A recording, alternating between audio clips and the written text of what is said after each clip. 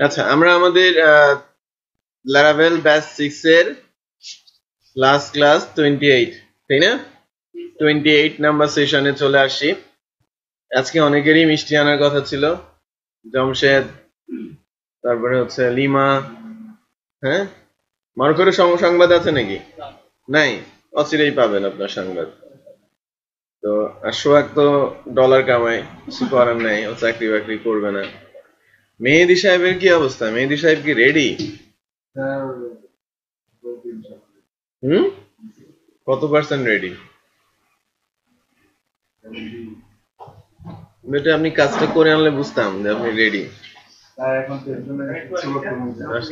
মিষ্টি আনতে একেবারে। আপনি একটু এখানে আসেন। আপনি মনে করেন টিচার, আমাদের প্রজেক্টে অ্যাডমিন প্যানেলে কিছু জিনিস আপনি যুক্ত করবেন, তাই না? যে আমার আগের অবস্থা এরকম ছিল, user ID password actually Tapu 1826 আর 6টা 1 দিয়ে লগ ইন করবেন। আমাদের ডেটাবেসে থেকে অর্ডারটা ডিসপ্লে করা ছিল না, যেটা আপনি যুক্ত করেছেন। তার মানে কি আপনাকে মাস্টার পেজে কাজ করতে হয়েছে, নতুন ফাইল অ্যাড করতে হয়েছে, কন্ট্রোলারে ফাংশন অ্যাড করতে হয়েছে। ওই জায়গাগুলো অ্যাড করে আমি কিভাবে এটা দেখাতে পারি, এটা কিন্তু আপনার একটা টেস্ট, ঠিক আছে? টেস্ট কেস হিসাবে নেন, সুযোগ আছে। রেকর্ডে হচ্ছে, আমি পেছনে আছি।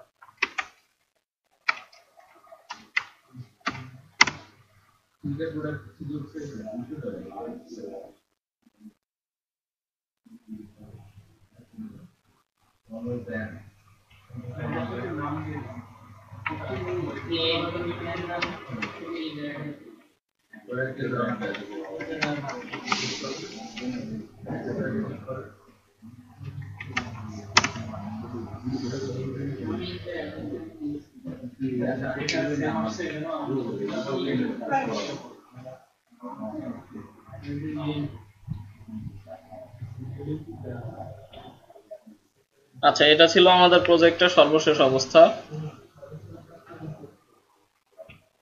আমাদের ফ্রন্ট এন্ড থেকে অর্ডারগুলো করা যাচ্ছে, শুধু বাকি ছিল ব্যাক এন্ডে আমরা অর্ডারগুলোকে ডিসপ্লে করাবো।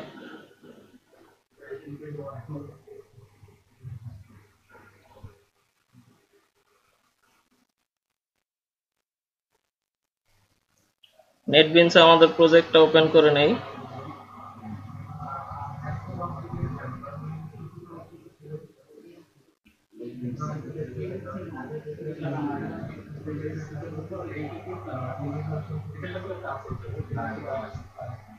আমাদেরটা ছিল ল্যারাভেল ব্যাচ 6,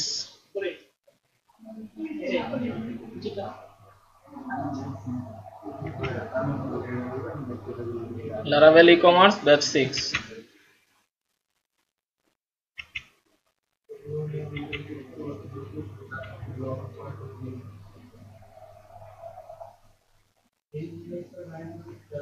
অর্ডারটা ডিসপ্লে করানোর জন্য আমরা চাইলে একটা অর্ডারের জন্য আলাদা কন্ট্রোলারও নিয়ে নিতে পারি, অথবা আমাদের যে কন্ট্রোলার আছে চেক আউট কন্ট্রোলার, এর মধ্যে আমরা অর্ডারটাকে ডিসপ্লে করাতে পারি।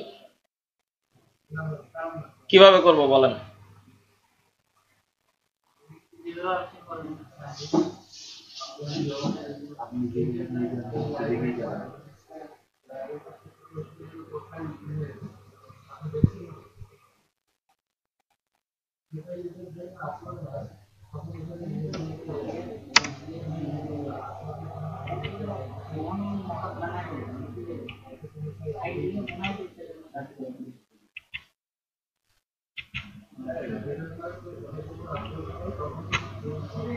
আমরা নতুন একটা কন্ট্রোলার নিয়ে নিই অর্ডার কন্ট্রোলার নামে। স্যার নতুন করে করব না যেটা করে এনেছিলাম ওইটা ইনস্টল করে দিব?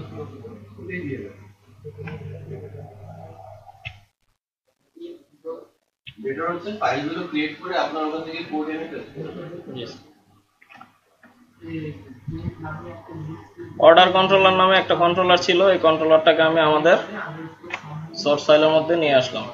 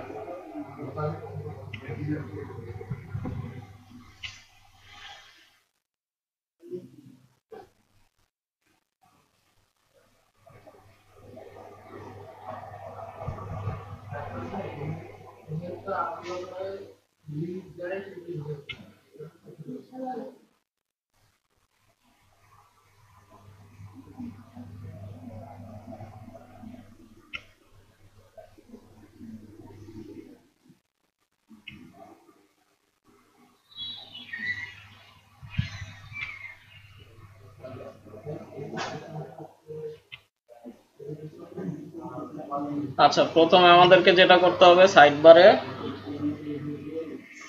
কথা বলেন কেন? সরি স্যার,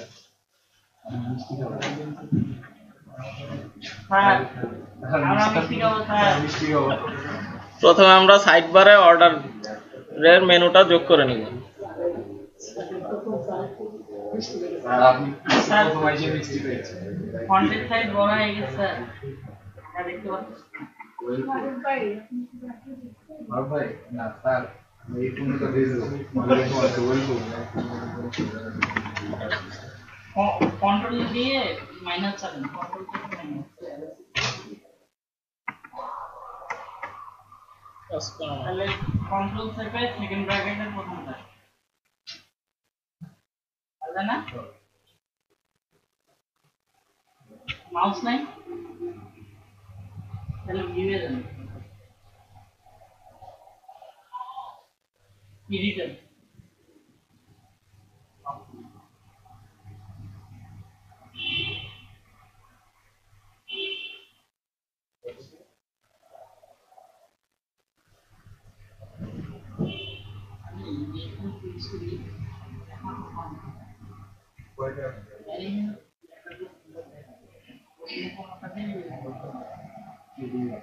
এটা ঠিক আছে?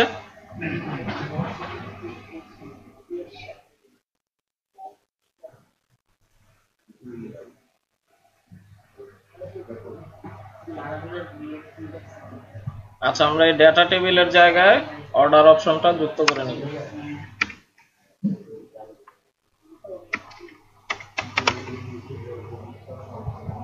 এটার নাম দিয়ে দিলাম অর্ডার, আর এটার যেহেতু কোনো সাবমেনু নেই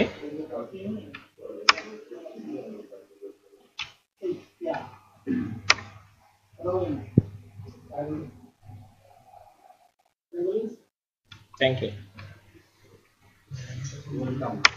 কন্ট্রোলার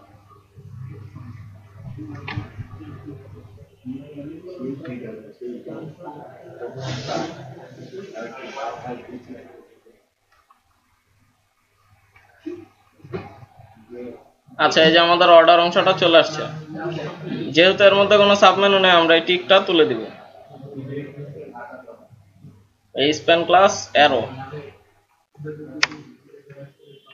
এটা বাদ দিয়ে দিলাম, আর এইখানে আমরা পেজটাকে লিংক করে দেব।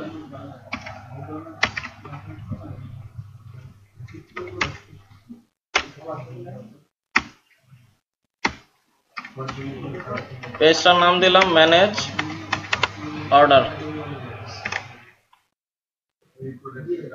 হাসেন কেন? কেন এরকম লেখলে হয় না? স্যার ইজ অলওয়েজ রাইট, বুঝছেন?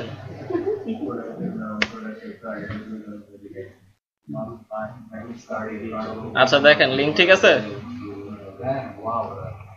আগের মতো আপনার চোখের সমস্যা আছে, ডাক্তার দেখাবেন।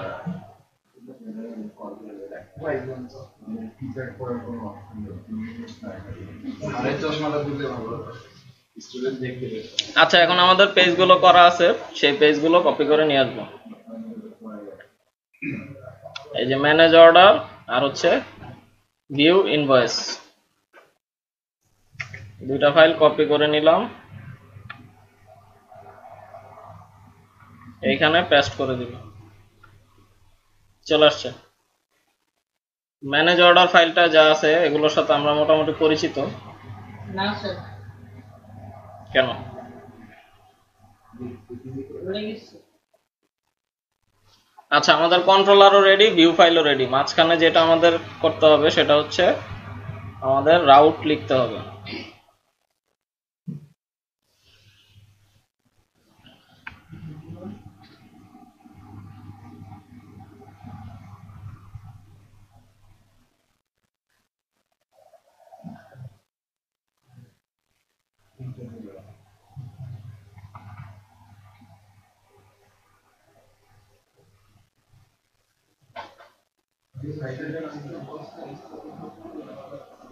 এই যে আমাদের লাস্টে দুইটা রাউট আছে, এই রাউট দুটো আমরা কপি করে নিলাম। রাউট তো বোঝেন নাকি? না স্যার,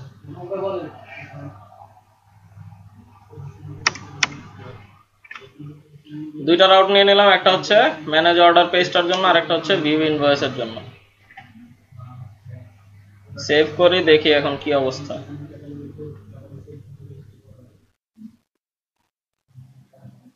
স্যার ওই ড্যাশবোর্ডের পরে একটা স্ল্যাশ দেন তো।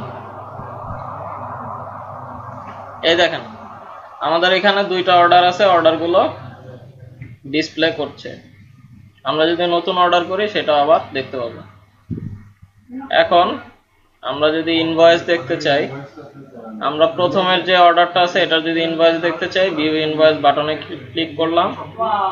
এখন এখানে আমাদের সম্পূর্ণ ইনভয়েসটা দেখাচ্ছে।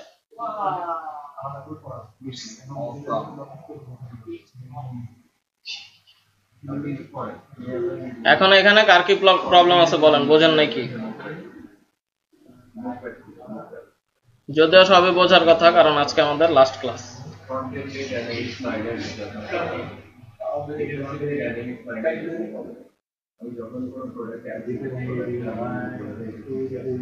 স্যার সমস্যা আছে স্যার। বলেন। ম্যানেজ অর্ডারের পরে একটা স্ল্যাশ দেন, ইয়া ইউআরএলটা এন্টার দিলাম। এটা তো কোনো ইয়ে হইলো না। চলে আসছে? জি। আমারটাতে আসে না কেন? প্ল্যাটফর্ম যায় কেন? আপনার রাউটটা আপনি ঠিকভাবে লিখবেন।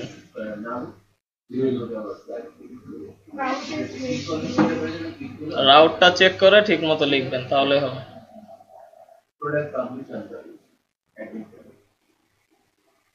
ঠিক আছে, আমরা তাহলে নতুন একটা অর্ডার দিয়ে দেখি অর্ডার ঠিকভাবে পাচ্ছে কিনা।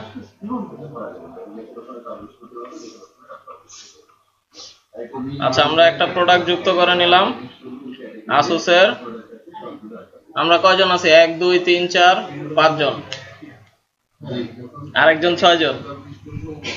তাহলে আমরা 6টা ল্যাপটপ কিনে নেব। হ্যাঁ, তো প্রসিড টু চেক আউটে ক্লিক করলাম। এখন আমরা নতুন একজন ইউজার রেজিস্ট্রেশন করে নেব। বলেন, একজনের নাম বলেন। জুনায়েদ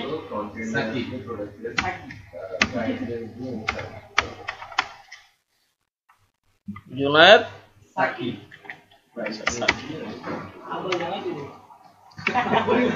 কোম্পানির নাম? আচ্ছা, কোম্পানির নাম তালহা ট্রেনিং দিয়ে দিলাম। junaid@gmail.com। পাসওয়ার্ড দিলাম 1 2 3 4 5।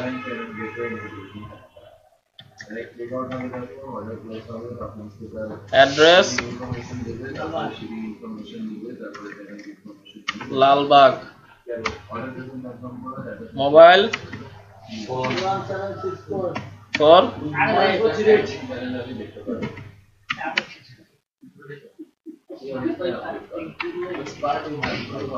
সিটি ঢাকা, জিপ কোড কত লালবাগের? আচ্ছা 1212 ইউএস, কন্টিনিউ। আচ্ছা এখন আমাদের শিপিং ইনফরমেশন দিতে হবে। আপনি কই পাঠাবেন প্রোডাক্ট?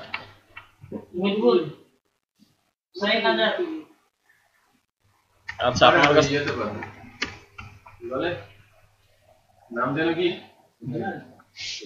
ওই Sadarghat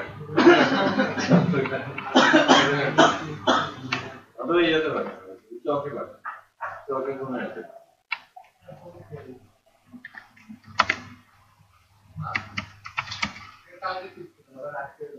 address Mirpur, mobile number 01755555555, city Dhaka, zip code আপনার জিপ কোড কত?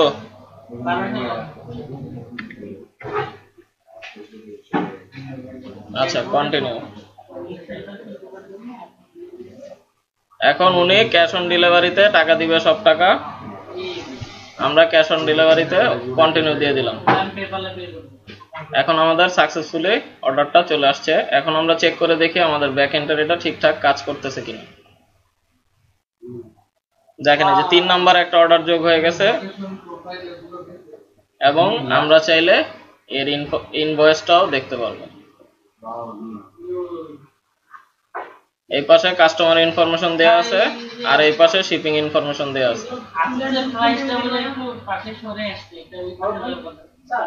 না এটা ডিজাইনটা এরকম। জি স্যার জি, এইটা অনেকগুলো টেবিল থেকে আসছে। কাস্টমার ইনফরমেশনটা কাস্টমার টেবিল থেকে, শিপিং ইনফরমেশন শিপিং টেবিল থেকে, তারপর অর্ডার টেবিল থেকে আসছে, অর্ডার ডিটেইলস টেবিল থেকে যে প্রোডাক্টের ডিটেইলস গুলো শো করতেছে।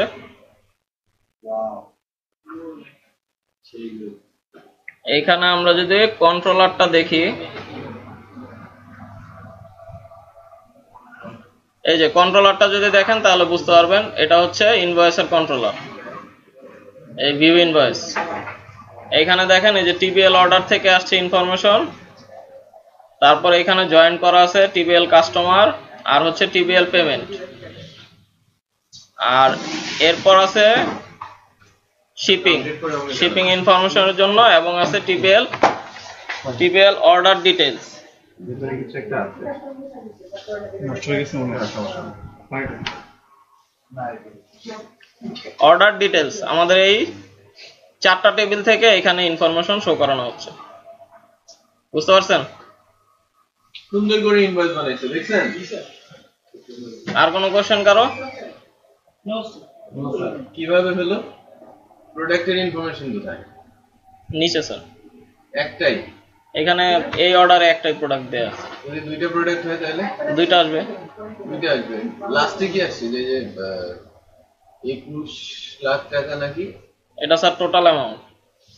আচ্ছা, তাহলে আমি তো কিছুই বুঝতেছি না, কয়টা কোয়ান্টিটি, তার ইউনিট প্রাইস কত, নাই কেন? ইউনিট প্রাইসটা দেয়া আছে, কোয়ান্টিটিটা দেয়া হয়নি কেন? কোয়ান্টিটি, ইউনিট প্রাইস, যদি ভ্যাট ট্যাট থাকে, তাই না, এগুলো তো সব থাকা দরকার। এখানে আপনি একটু আমার কোয়ান্টিটিটা অ্যাড করে ওই এই জিনিসটা একটু শেপ করে দেখান, যে লাইক এখানে প্রোডাক্টের নাম দেখাচ্ছে, তারপরে ইউনিট দেখাচ্ছে, মানে কোয়ান্টিটি দেখাচ্ছে, ইউনিট প্রাইস, তারপরে টোটাল প্রাইস। টেবিল করে বানাই দিয়ে দেন।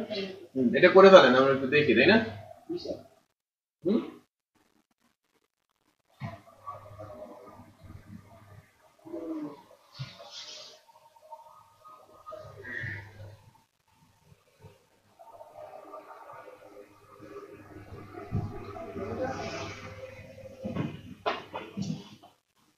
আচ্ছা এটা দেখেন, এটা শেষের দিকে দেয়া আছে। আমরা এখানে আরেকটা কলাম অ্যাড করে নেই যার নাম দেব কোয়ান্টিটি।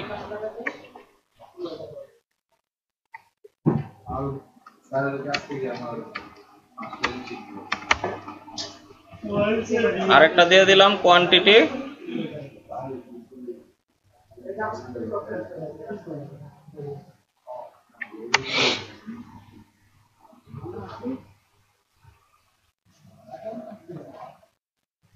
কোয়ান্টিটিটা আমাদের ছিল কিউটি ওয়াই নামে।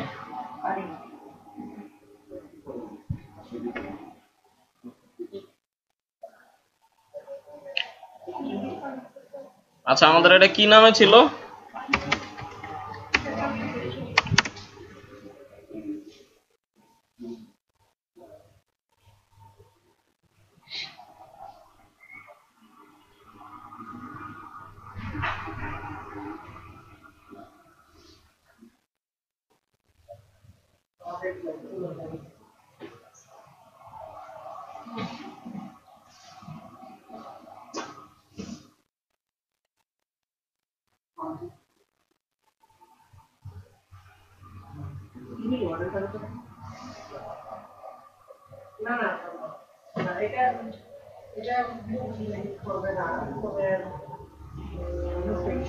কোয়ান্টিটিটা কোন টেবিলে ছিল?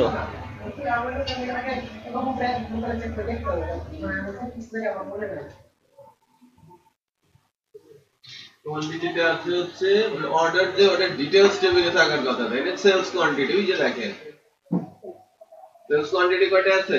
6টা। জি।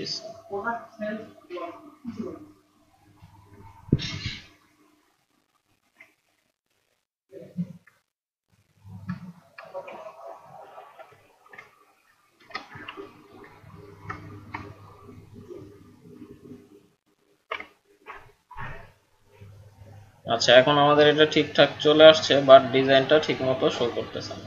উপরে লিখে দেন মানে আইটেম নেম, তারপরে আইটেম কোয়ান্টিটি, আইটেম প্রাইস, ওই যে কোয়ান্টিটি প্রাইস এলোমেলো হয়ে গেছে না? একটা টিভির মানে একটা টিভির মধ্যে মনে হচ্ছে চলে আসছে।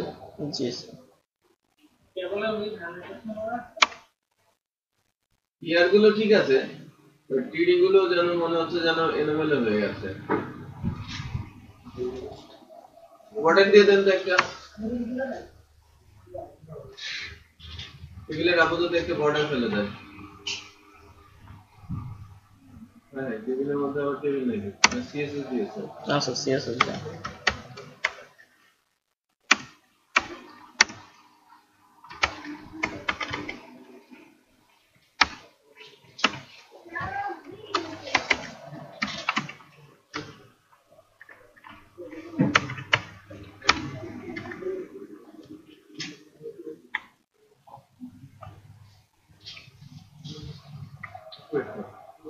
Yeah, go to this.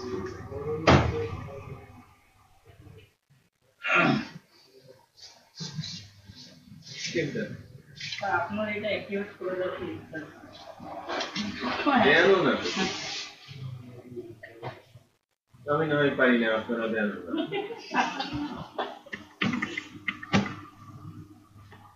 Windows button থাকুন সবটা চেষ্টা করুন। নোট দেন তো, কই বর্ডার? ঠিক আছে, বর্ডার আসে নাই তো। এটা বুটস্ট্র্যাপের একটা প্রবলেম। হ্যাঁ, আপনি যেটা কি বুটস্ট্র্যাপ ইউজ করা আছে?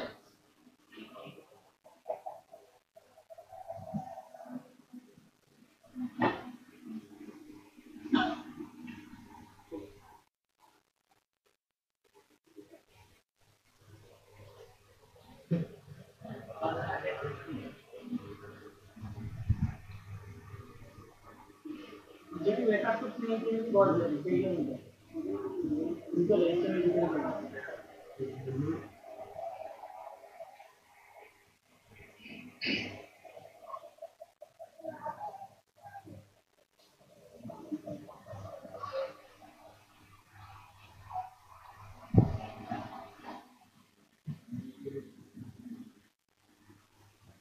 উপরে রাখতে রেখে একবার এভাবে রয়েছে।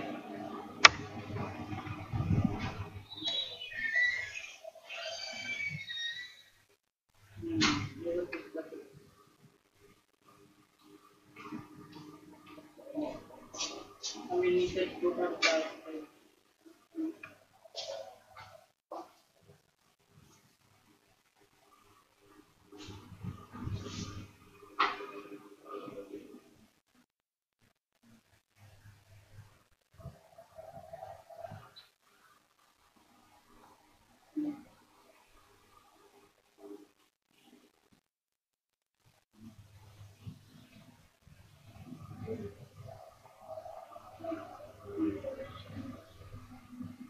এখন একটু দূরে সরলে ভালো লাগে না? আচ্ছা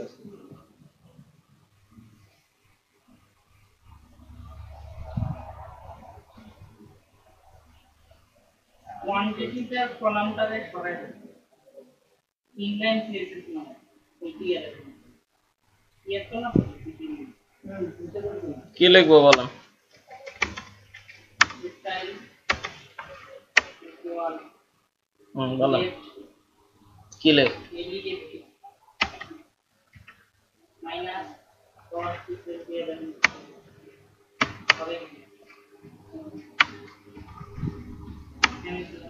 এরকম তো কাজ করে না বোধহয়।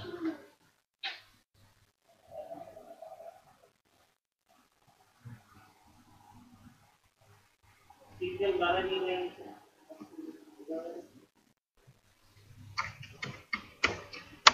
মার্জিন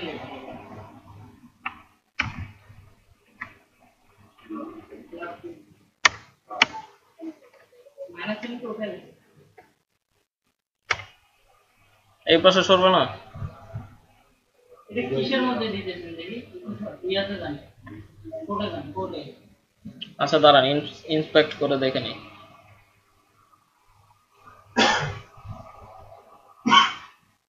আচ্ছা ঘটনা বোঝা গেছে।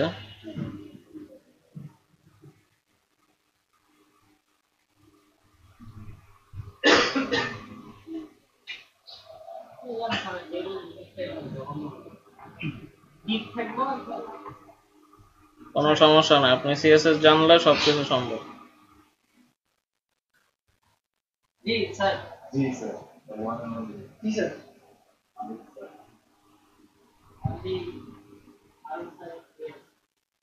আচ্ছা এই যে টেক্সট অ্যালাইন রাইট দেয়া আছে, এটাকে আমরা লেফট করে দিলাম।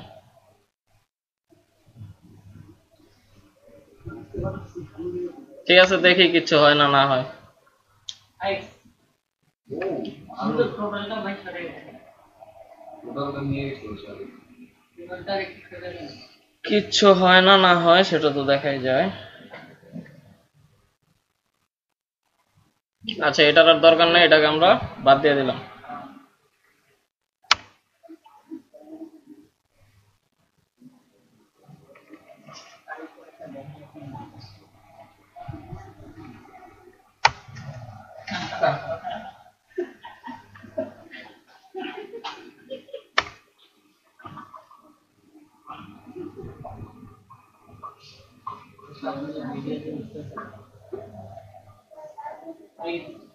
ওকে ডান তো বোল্ড করে দেন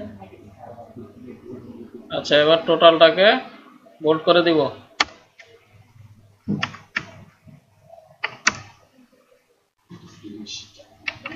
কি দরকার এত কষ্ট করা? স্যার আপনি বিটেক এর এটা জানেন না স্যার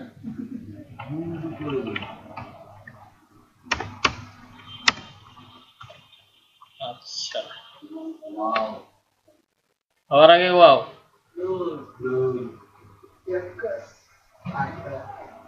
আচ্ছা এবার আমাদের কোয়ান্টিটি, ওই যে কোয়ান্টিটির নিচে যে লাইনটা আছে না এই লাইনটা প্রাইসের নিচে দিলে ভালো হয়।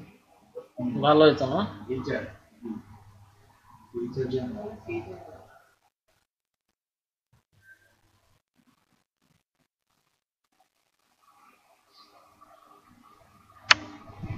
সেটা আমাদের দরকার নাই।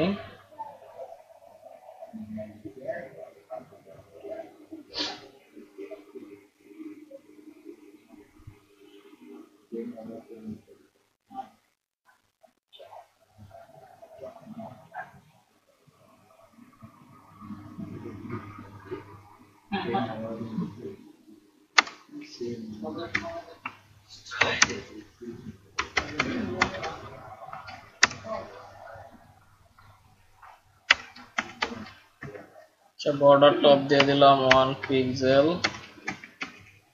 সলিড।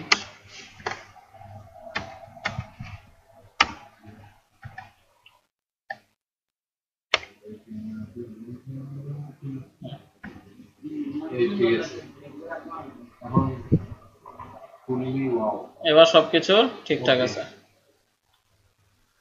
দিস ওয়াও দিস কিন্তু ইনভয়েসের উইথ বেড়ে গেছে।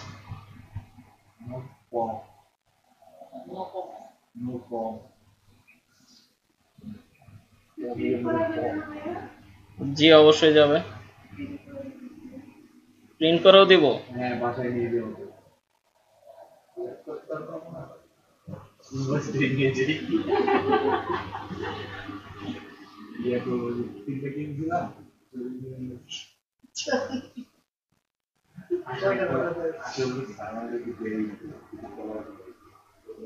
চোরে নিয়ে গেছে না?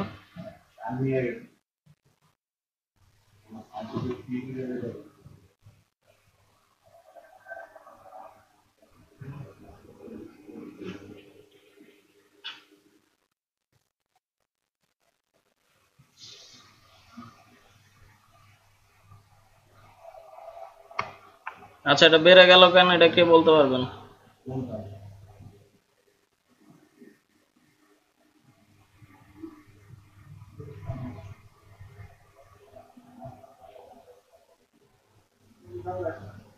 এই যে এটা বাইরে, সবগুলোর থেকে বাইরে বের হয়ে গেছে।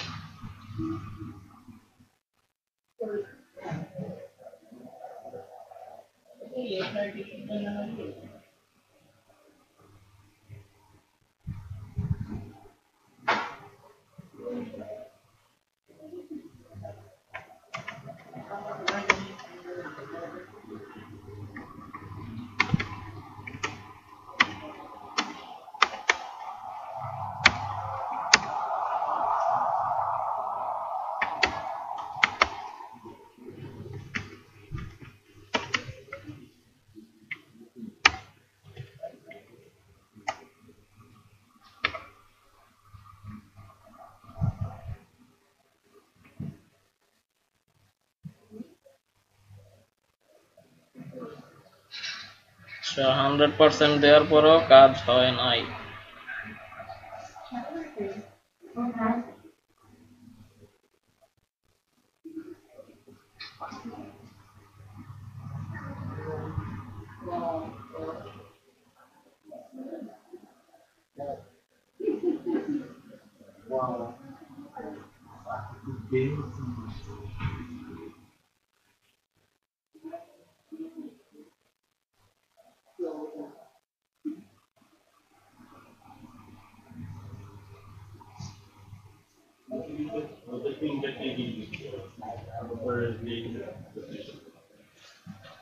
এই 3টা টিটি দেয়া হয়েছে এই কারণে, উপরে 3টা আছে তো সেজন্য।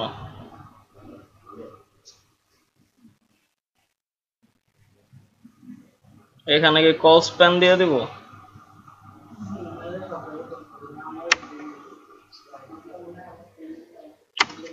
সেটা কল স্প্যান ইউজ করে দেখি।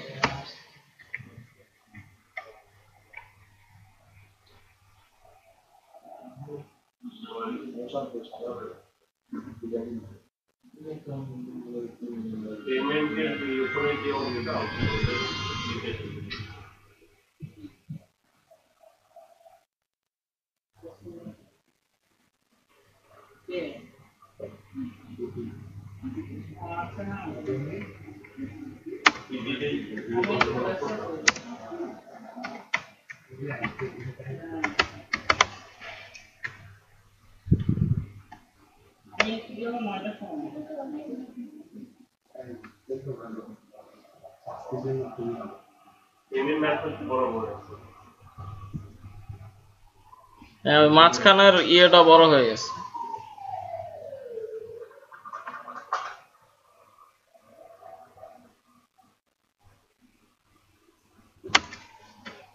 এটার উইথ দিয়ে দেখি কি হয়।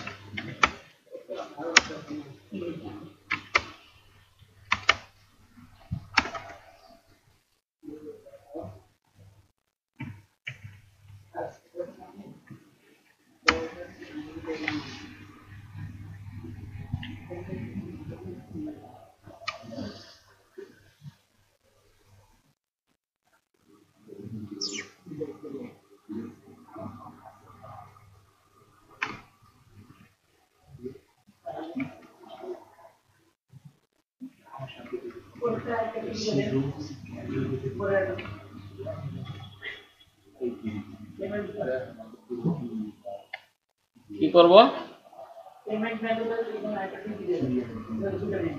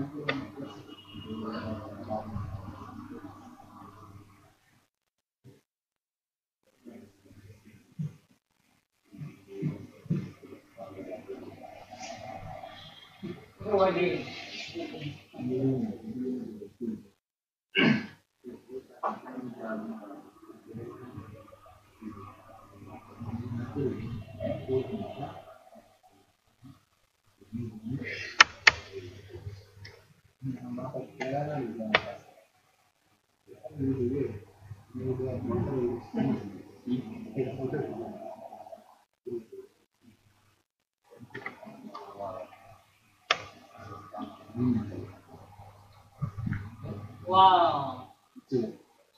Wow. That's wow. খালি শিপিং ইম্পোর্টার রেট এটা সরতেছে না। আরে সর্ব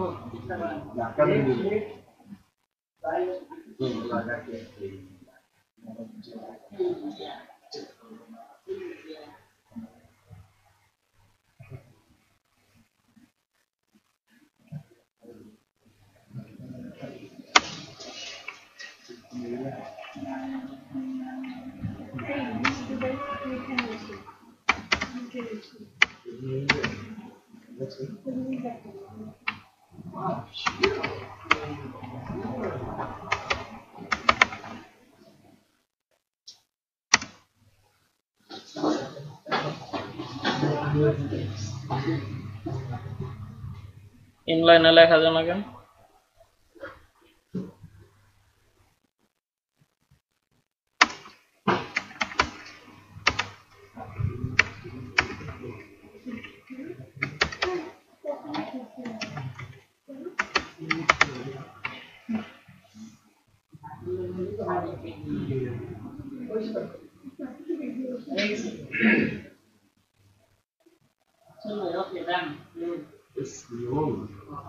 আচ্ছা, তাহলে এটা ফ্লোট রাইট দিলেই চলে।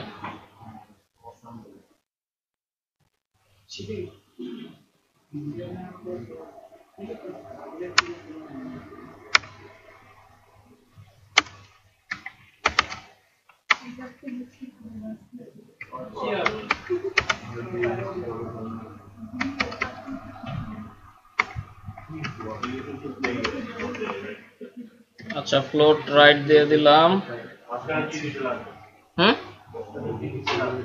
লাগবে?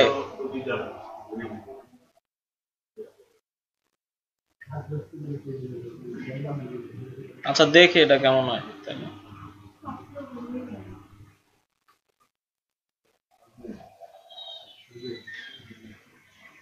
না, ঠিক আছে।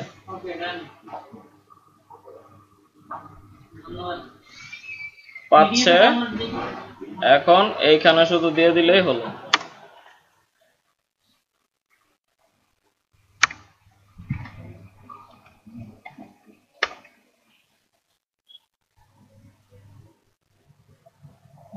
এটাও সরে আসছে, যদিও পুরোপুরি সরে না।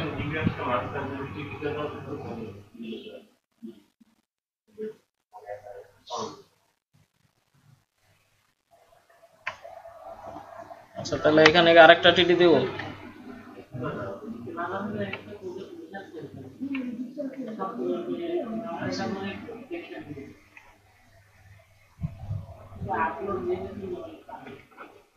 আচ্ছা, নিজেরটা টিডি ছিল না, একটা টিডি দিয়ে দেই।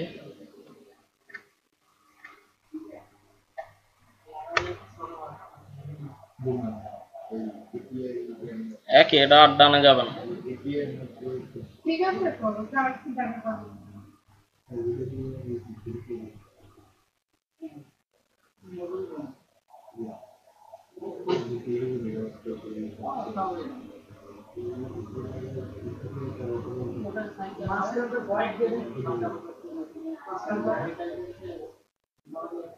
মাঝখানটা কি দিব?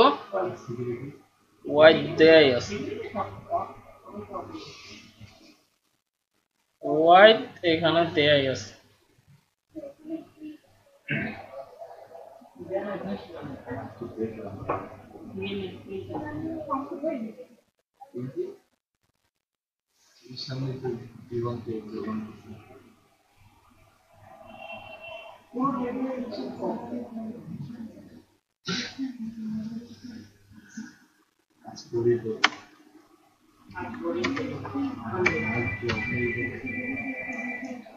আচ্ছা, টিআরটার একটা উইথ দিয়ে দেখি।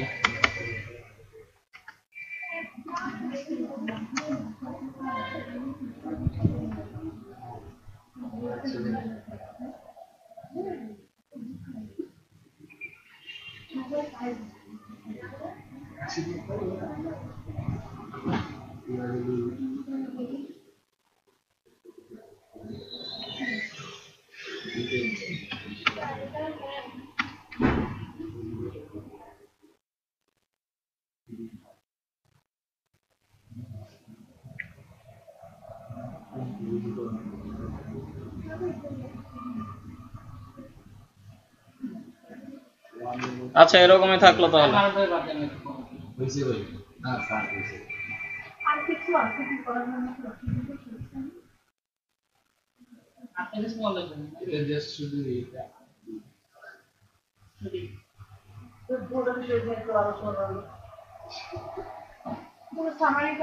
আচ্ছা, নতুন আর কিছু শিখবেন না?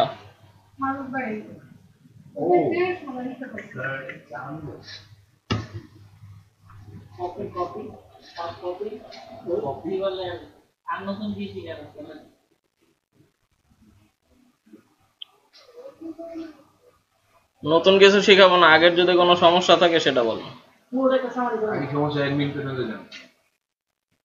গেলাম। এক্সেস লেভেল তো দেখানো হয়েছে। এই দেখেন, এখানে অ্যাডমিন টেবিলে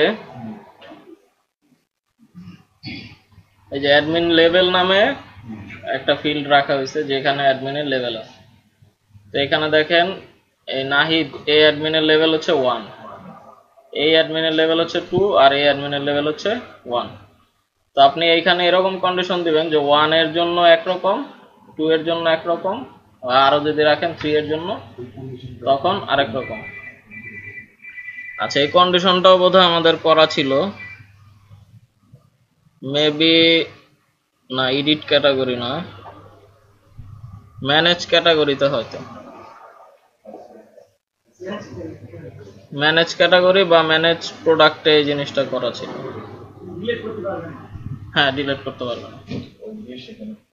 এই যে দেখেন, এখানে যে ইয়ে করা আছে যে অ্যাক্সেস লেভেল যদি সে পায় 1 যদি হয় তাহলে সে এই ডিলিট করার অপশনটা দিবে, আর যদি না হয় তাহলে সে ডিলিট করার অপশনটা দিবে না। জাস্ট এইটুকু। আর যদি আপনি আরো সিকিউর করতে চান, এখন চাইলে আমি এই, যদি কেউ ইউআরএলটা জানে তাহলে ইউআরএল দিয়েও সে যেতে পারবে, বাট যদি আরো সিকিউর করতে চান তাহলে এটা কন্ট্রোলারেও দিতে হবে, যে অ্যাক্সেস লেভেল যদি 1 হয় তাহলে ফাংশনটা আসবে, নয়তো আসবে না।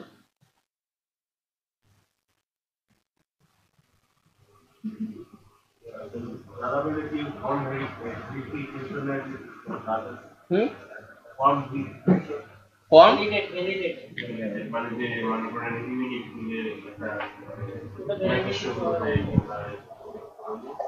ওইটা ভ্যালিডেশন করে নিতে হবে। ল্যারাভেলেরও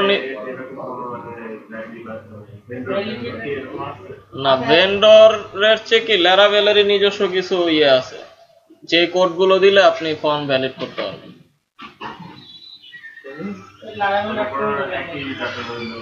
হ্যাঁ, একই ডাটা হবে না, বা হচ্ছে আপনি কোনো ফিল্ড ব্ল্যাঙ্ক রাখতে পারবেন না।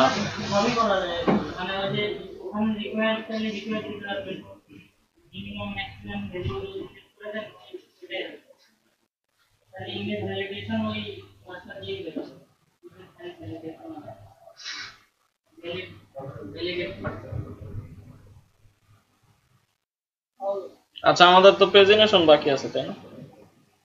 প্রেজেন্টেশন করেন ওই যে আমরা শেষে গেট দেই না ডাটাবেসে, ডাটাবেস থেকে ডাটা রিসিভ করার জন্য, ঠিক আছে? ওইখানে গেটের পরিবর্তে দিতে প্রেজেন্ট আর ব্র্যাকেটের মধ্যে যদি 10টা আইটেম চান তাহলে 10টা 5টা বুঝি নাই কিছু, এটা স্যার বুঝে দিতে হবে। কন্ট্রোলারে ইয়েতে আছে আচ্ছা স্যার প্রেজেন্টেশন আর মিডলওয়্যার, মিডলওয়্যার, মিডলওয়্যার তো তারপরে তৈরি করতে হবে, ইমেল করা, মেইলেবল ক্লাস ক্রিয়েট মেইল, মেইলের নাম ক্লাস করে দেবে।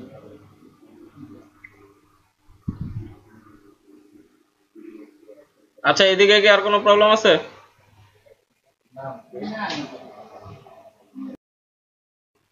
স্যার একটা প্রজেক্টটা আসলে লাইভে তুলে কারণ লারাভেল আসলে অন্য আর সাধারণ গুলোর মতো না, আচ্ছা, যে আমি দিয়ে দিলাম ব্যাস হয়ে গেল। এখন তাই হয়ে গেছে। আগে ডিফিকাল্টিস ছিল, এখন তুলে দিলেই হয়ে যাবে। প্রবলেমগুলো সব সলভ করে ফেলেছে। লারাভেলের আগের যে প্রবলেমগুলো ছিল অল আর সলভড, রাইট? প্রবলেমগুলো সব সলভ হয়ে গেছে।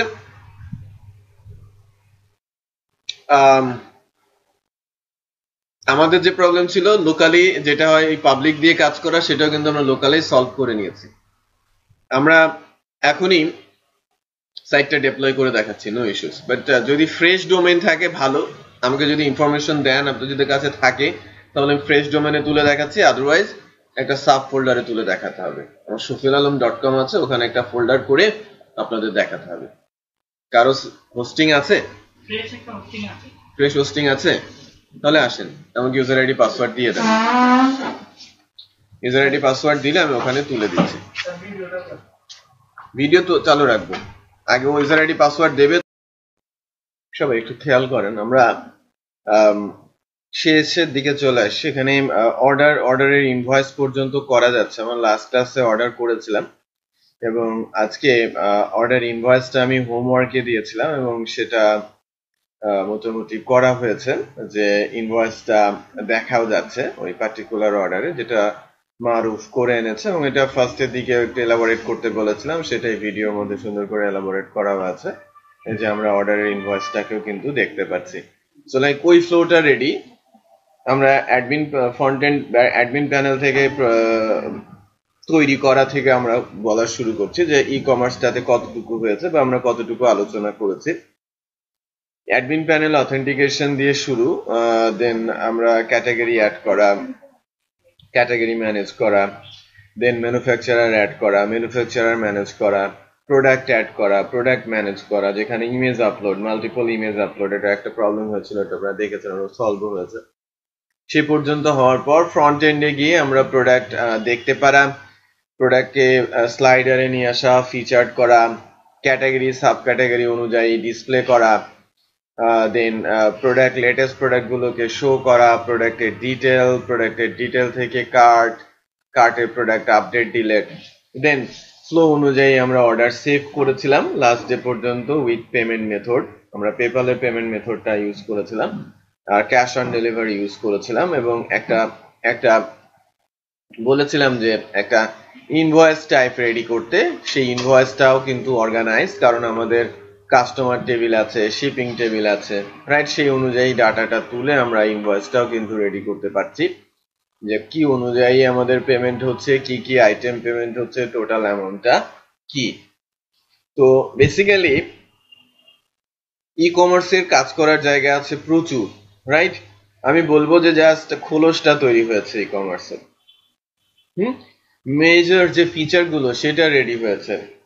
আমরা বলতে পারেন যে লাইক একটা দোকান দিয়েছি, দোকানের মোটামুটি স্টার্টিং অবস্থায় ঠিক আছে, স্টার্ট করার জন্য ঠিক আছে, বাট এটাকে যদি আরো স্মুথলি, আরো অর্গানাইজ ভাবে আরো বেশি লোকজন নিয়ে দোকানটাকে রান করাতে চায়, তাহলে অনেক কাজ করার জায়গা রয়েছে, রাইট? সো ই কমার্সে ল্যারাভেল দিয়ে ছোট্ট একটা প্রজেক্ট এখন আপনাদের হাতে, যেটা আমরা কোর্সের মধ্যে, ক্লাসের মধ্যে ডেভেলপ করতে করতে শিখেছি। কনসেন্ট্রেট করারও জায়গা আছে। ভিডিওটা ধরে ধরে যদি আমরা কনসেন্ট্রেট করি তাহলে ল্যাকিংস থাকলে সেটা ইমপ্রুভ হয়ে যাবে ইনশাল্লাহ। যদি কেউ প্রবলেম ফেস করেন ডেফিনেটলি আসবেন, এবং আপনাদের মধ্যেও যোগাযোগ আছে, সবাই মোটামুটি জানে এবং মোটামুটি সবাই একটু একটু করে কাজে ইনভলভ হয়ে গেছে অলরেডি। কয়েকজন বাকি আছে আল্লাহর রহমতে যারা এখনো মোটামুটি রেডি হতে পারে না। আই হোপ যে 1-2 মাসের মধ্যে তারাও রেডি হয়ে যাবে, রাইট? আদারওয়াইজ যারা আসছে বা আসছে না মোটামুটি সবাই কিন্তু এঙ্গেজড হয়ে গেছে কাজে, বুঝতে পেরেছেন? এবং জব পাওয়া শুরু করেছে, কেউ কেউ জবও পেয়ে গেছে। ক্লাসের মধ্যে থেকেই কয়েকজন জবে জয়েন করেছিল। নেক্সট মান্থে আমাদের লিমা জয়েন করবে, তাই না? জমশেদ সুযোগ আছে বাট জয়েন করবে না, রাইট? অফার আছে। মোটামুটি মারুফ রেডি আছে, সোহাগ রেডি আছে, মেহেদি কাছাকাছি চলে আসছে, জুনায়েদও একটু সময় লাগবে। আমরা হয়তো মোটামুটি রেডি হয়ে যাব। বাট যে জায়গাটাতে কাজ করা জরুরি, যে আমরা যদি আরো শিখতে চাই, যে যখন আমরা কাজ পাচ্ছি না, এটা আমরা সব বুঝে গেছি, শিখে গেছি, যতটুকু করা হয়েছে, যে জায়গাটায় গ্যাপ আছে, ই কমার্সের যে জায়গাগুলোতে গ্যাপ আছে, আমরা সেই জায়গাগুলো আস্তে আস্তে করে ফিল করার চেষ্টা করি। এবং এক্সাম্পল হিসেবে যদি কোনো সাইটের কথা আমি বলি, বাংলাদেশি কোনো সাইট, তাহলে আমি বলবো যে আপনারা চাল ডালকে দেখেন, এটা একটু ফলো করার চেষ্টা করা, ওদের যে ফিচার গুলো আছে সেই ধরনের কাজ করার চেষ্টা করা, এবং সেটা যখন করতে যাবেন তখন দেখবেন যেন আপনি অনেক কিছু শিখছেন, রাইট? আর আরো ভালো করে যদি আমরা শিখতে চাই, আরো বেশি করে, তাহলে ডিফারেন্ট প্রজেক্ট আপনাকে অ্যাটেন্ড করতে হবে, অনলাইনের হেল্প নিয়ে সেটার সলিউশন দিতে হবে। তো আমার সাজেশন বা রিকোয়েস্ট থাকবে যে আপনি যদি ইমপ্রুভ করতে চান, ডিফারেন্ট চ্যালেঞ্জ নিয়ে কাজ করেন এবং চ্যালেঞ্জের সলিউশন নিজে বের করার চেষ্টা করেন। একেবারে আটকে গেলে অন্যের কাছ থেকে হেল্প নেন, তাহলে আপনি আস্তে আস্তে করে রেডি হয়ে যাবেন। প্রজেক্ট না ধরলে কিন্তু আপনি শেখাটা পূর্ণ হবে না, রাইট? সো কোডের ম্যাক্সিমামটাই আমার হাতে, কিছু অংশ মারুফ, কিছু অংশ অন্য আরেকজন করেছে, কারণ নাহিদ একটা অংশ করে গেছে, তাই না? যে আমি বলেছিলাম যে আমরা ব্লগ শেষ করছি, আপনারা ই কমার্সটা একটু ধরিয়ে দেন, সেই অংশটাও কিন্তু আমাদের ভিডিওর মধ্যে নেই। সো কেউ যদি মনে করে যে না ভিডিওর মধ্যে আমরা একদম টপ টু বটম পাবো, সেটা কিন্তু পাবো না, রাইট? কারণ লিগেসি আছে, কোর্স তো একটার সাথে আরেকটা ইন্টার রিলেটেড, সবকিছু আমরা ডাবল করে আলোচনা করি না, যাতে আলোচনাটা একটু বেশি করা যায়। তো এই কারণে যেটা হতে পারে যে আমরা অ্যাটেম্প করি, রাইট? একদম শুরু থেকে যদি আমরা মনে করি যে না আমি কিছু পারছি না ল্যারাভেল দিয়ে, আমি শুরু করি ব্লগ দিয়ে, রাইট? আমি ব্লগ বুঝি, ই কমার্সও বুঝি, আমি এটাকে আপডেট করার কাজ করি, অথবা ডিফারেন্ট কোনো প্রজেক্ট অ্যাটেম্প করি। যদি কোনো ডিফিকাল্টিস ফেস করি, আমরা সাহায্য নেই একজন আরেকজনের কাছ থেকে, শিখে যাবেন। কিন্তু টাচ থাকতে হবে, শুধু টাচের বাইরে গেলেই সমস্যা, টাচে থাকলেই সবকিছু ঠিক আছে। কারো 2 মাস লাগবে, কারো 6 মাস লাগবে, এই হচ্ছে পার্থক্য। আর কেউ শিখতে শিখতেই সুযোগ এসে যাবে, এটাই কিন্তু হয়ে থাকে। বাট যে শেষ পর্যন্ত টিকে থাকে তাকে কি করতে হবে? ওই টিকে থাকার মন মানসিকতা নিয়ে আগাতে হবে, যে আমি যদি 6 মাস চাকরি নাও পাই, আমি ট্র্যাক ছাড়ছি না, রাইট? 1 বছর চাকরি নাও পাই, আমি কিন্তু ট্র্যাক ছাড়ছি না, সুযোগ আমার আসবেই, বাট বসে না থেকে চেষ্টা করতে হবে। যে দৌড়ায় সেই কিন্তু শেষ পথে যায়, শেষ পর্যন্ত যায়। আর যদি আপনি ট্র্যাক থেকে বের হয়ে যান, আপনার নাম কিন্তু লিস্টে আসবে না, রাইট? একদম ছোটবেলায় 1992-তে আমার ফার্স্ট অলিম্পিক, বিটিভিতে হাইলাইটস দেখাচ্ছে, তখন আমার বয়স 9। ওকে, হাইলাইটসে ম্যারাথন হচ্ছিল, ম্যারাথনও দেখতাম, রাইট? লিস্টে দেখালো শুরুতে লোক ছিল 43 জন, বাট ফাইনাল লিস্ট যখন দেখালো তখন কিন্তু 43 জন ছিল না, 18 জন ছিল, আমার মনে আছে। আমার বাবাকে জিজ্ঞেস করেছিলাম যে শুরু করলো 43 জন, লিস্ট কেন 17 জন বা 18 জন দেখাচ্ছে? তখন বললো যে যারা শেষ করেছে তাদের নামই এখানে আসছে। ফার্স্ট থেকে লাস্ট পর্যন্ত যিনি ছিলেন সে 1 ঘন্টা পেছনে, 1 ঘন্টা পরে সে শেষ করেছে, তারপরেও তার নাম এসেছে। বুঝতে পেরেছেন? বাট তার নাম কিন্তু এসেছে। সে কথা আমাকে বলেছিল, উল্লেখ করে যে দেখো ফার্স্টের সাথে লাস্টের ডিফারেন্স কত, তারপরেও তার নাম এসেছে কারণ সে শেষ করেছে, মনে ধরেছিল কথাটা। যে টিকে থাকতে হবে, তাহলে আপনার নাম লিস্টে চলে আসবে। বুঝতে পেরেছেন? তো আপনার একটু সময় লাগতেই পারে। অনেকেই লাকি, রাইট, আমরা মনে করি অ্যাকচুয়ালি লাকটা সে নিজেই তৈরি করেছে। সে চেষ্টা করেছে বলে তার সুযোগটা এসেছে। চেষ্টা না করলে সুযোগ আপনার হাতে আসবে না। আপনি একটু দৌড়ান, দেখেন আপনার হাতেও জব আসবে, কাজ আসবে। আমি জাস্ট কাজের কথা বলছি। আপনি কাজের পেছনে ছুটেন, আপনি কাজ শিখেন এবং কাজের পেছনে ছুটেন, জব পান বা কাজ আপনি পেয়েই যাবেন। বুঝতে পেরেছি? একটু চেষ্টা করতে হবে। মোটামুটি আরেকটু এফোর্ট, 2-1 জনের কাছ থেকে আরেকটু এফোর্ট চাচ্ছি। মোটামুটি যারা এখনো রেডি হতে পারি না, আই হোপ যে 2-1 মাসের মধ্যে তারাও যেন রেডি হয়ে যায়। আমাদের হাতে সুযোগ আছে, আসছে, মোটামুটি যতটুকু আসছে আমরা চেষ্টা করছি, এবং আপনারা আপনাদের সুযোগ কিন্তু নিজে রেডি করে নিতে পারেন। বুঝতে পেরেছেন? ওকে, সো ল্যারাভেল প্রজেক্টগুলোর বাজেট কেমন? ল্যারাভেল প্রজেক্টের বাজেট ভলিউমের উপরে নির্ভর করে। আমি কি করছি এটা অনেকাংশে লোকাল মার্কেট যদি হয়, লোকাল মার্কেটের উপরে অনেকাংশে নির্ভরশীল। গ্লোবাল মার্কেট সেখানেও ডিফারেন্ট একটা বিষয়। বাট প্রফেশনাল প্রজেক্টগুলোর কথা যদি আমি বলি, যেটা আউটসোর্সিং হয় যে প্রজেক্টগুলো, যদি আপনি বলেন যে ইলান্স ছিল না আগে, মনে আছে? ইলান্স ওরা এখন মার্জ হয়ে চলে গেছে না এর সাথে, আপওয়ার্ক হয়ে গেছে। মানে ওডেক্স আর ইলান্স একসাথে হয়ে আপওয়ার্কস হয়েছে। সো ইলান্সে যখন আমরা কাজ করেছি, ইলান্সে তখন আমরা মোটামুটি একটা স্ট্যান্ডার্ড দেখতাম। ওখানে সিঙ্গেল ডেভেলপাররাও ছিল, ওখানে কোম্পানিও ছিল। ওকে, সো ওখানে ফুল লেন্থের প্রজেক্ট পাওয়া যেত বেশি। আর ওডেক্স যেটা হতো যে ছোটখাটো টুকিটাকি কাজ হতো সেখানে। সো ওডেক্সে ফুল লেন্থের প্রজেক্ট খুব কম আসতো, ইলান্সে ফুল লেন্থের প্রজেক্ট বেশি আসতো। তো on an average customer preview ছিল ওই সময়, আমি বলছি যখন ফ্রিল্যান্সিং মার্কেটের কথা বলছি, আমি 2012-13 পর্যন্ত সেখানে ছিলাম, ইলান্সে 13 পর্যন্ত মোটামুটি ছিলাম। তখন মোটামুটি আপনি যত ভালো মানেরই ডেভেলপার হন না কেন, বিশেষ করে আমাদের সাবকন্টিনেন্টে কোনো কাজ $10 আওয়ার রেটের চেয়ে বেশি পাওয়াটা কঠিন ছিল, টাফ ছিল। $10 আওয়ার, রাইট? আওয়ার কিভাবে ক্যালকুলেট হতো? হিসেব হয়ে যেত যে এই প্রজেক্টটা কত ঘন্টা সময় লাগবে। কোনো একটা কাজ যখন আমার সামনে আসে, মনে করেন যে আমাকে একটা ব্লগ বানাতে দিয়েছে কেউ, কোড করে আমাকে ব্লগ বানাতে হবে, আমি ক্যালকুলেট করে নিব যে এই ব্লগটা বানাতে আমার কত ঘন্টা সময় লাগবে অ্যাজ এ ডেভেলপার। যদি আমার 100 আওয়ার্স লাগে, তাহলে আমি 100 আওয়ার্স মাল্টিপ্লাই করবো 10 দিয়ে, আমি $1000 দিব। বুঝতে পেরেছেন? এখানেই টুইস্ট হতো। ইন্ডিয়ানরা খুব বাগড়া দিত, রাইট? ইন্ডিয়ানরা বাগড়া দিত।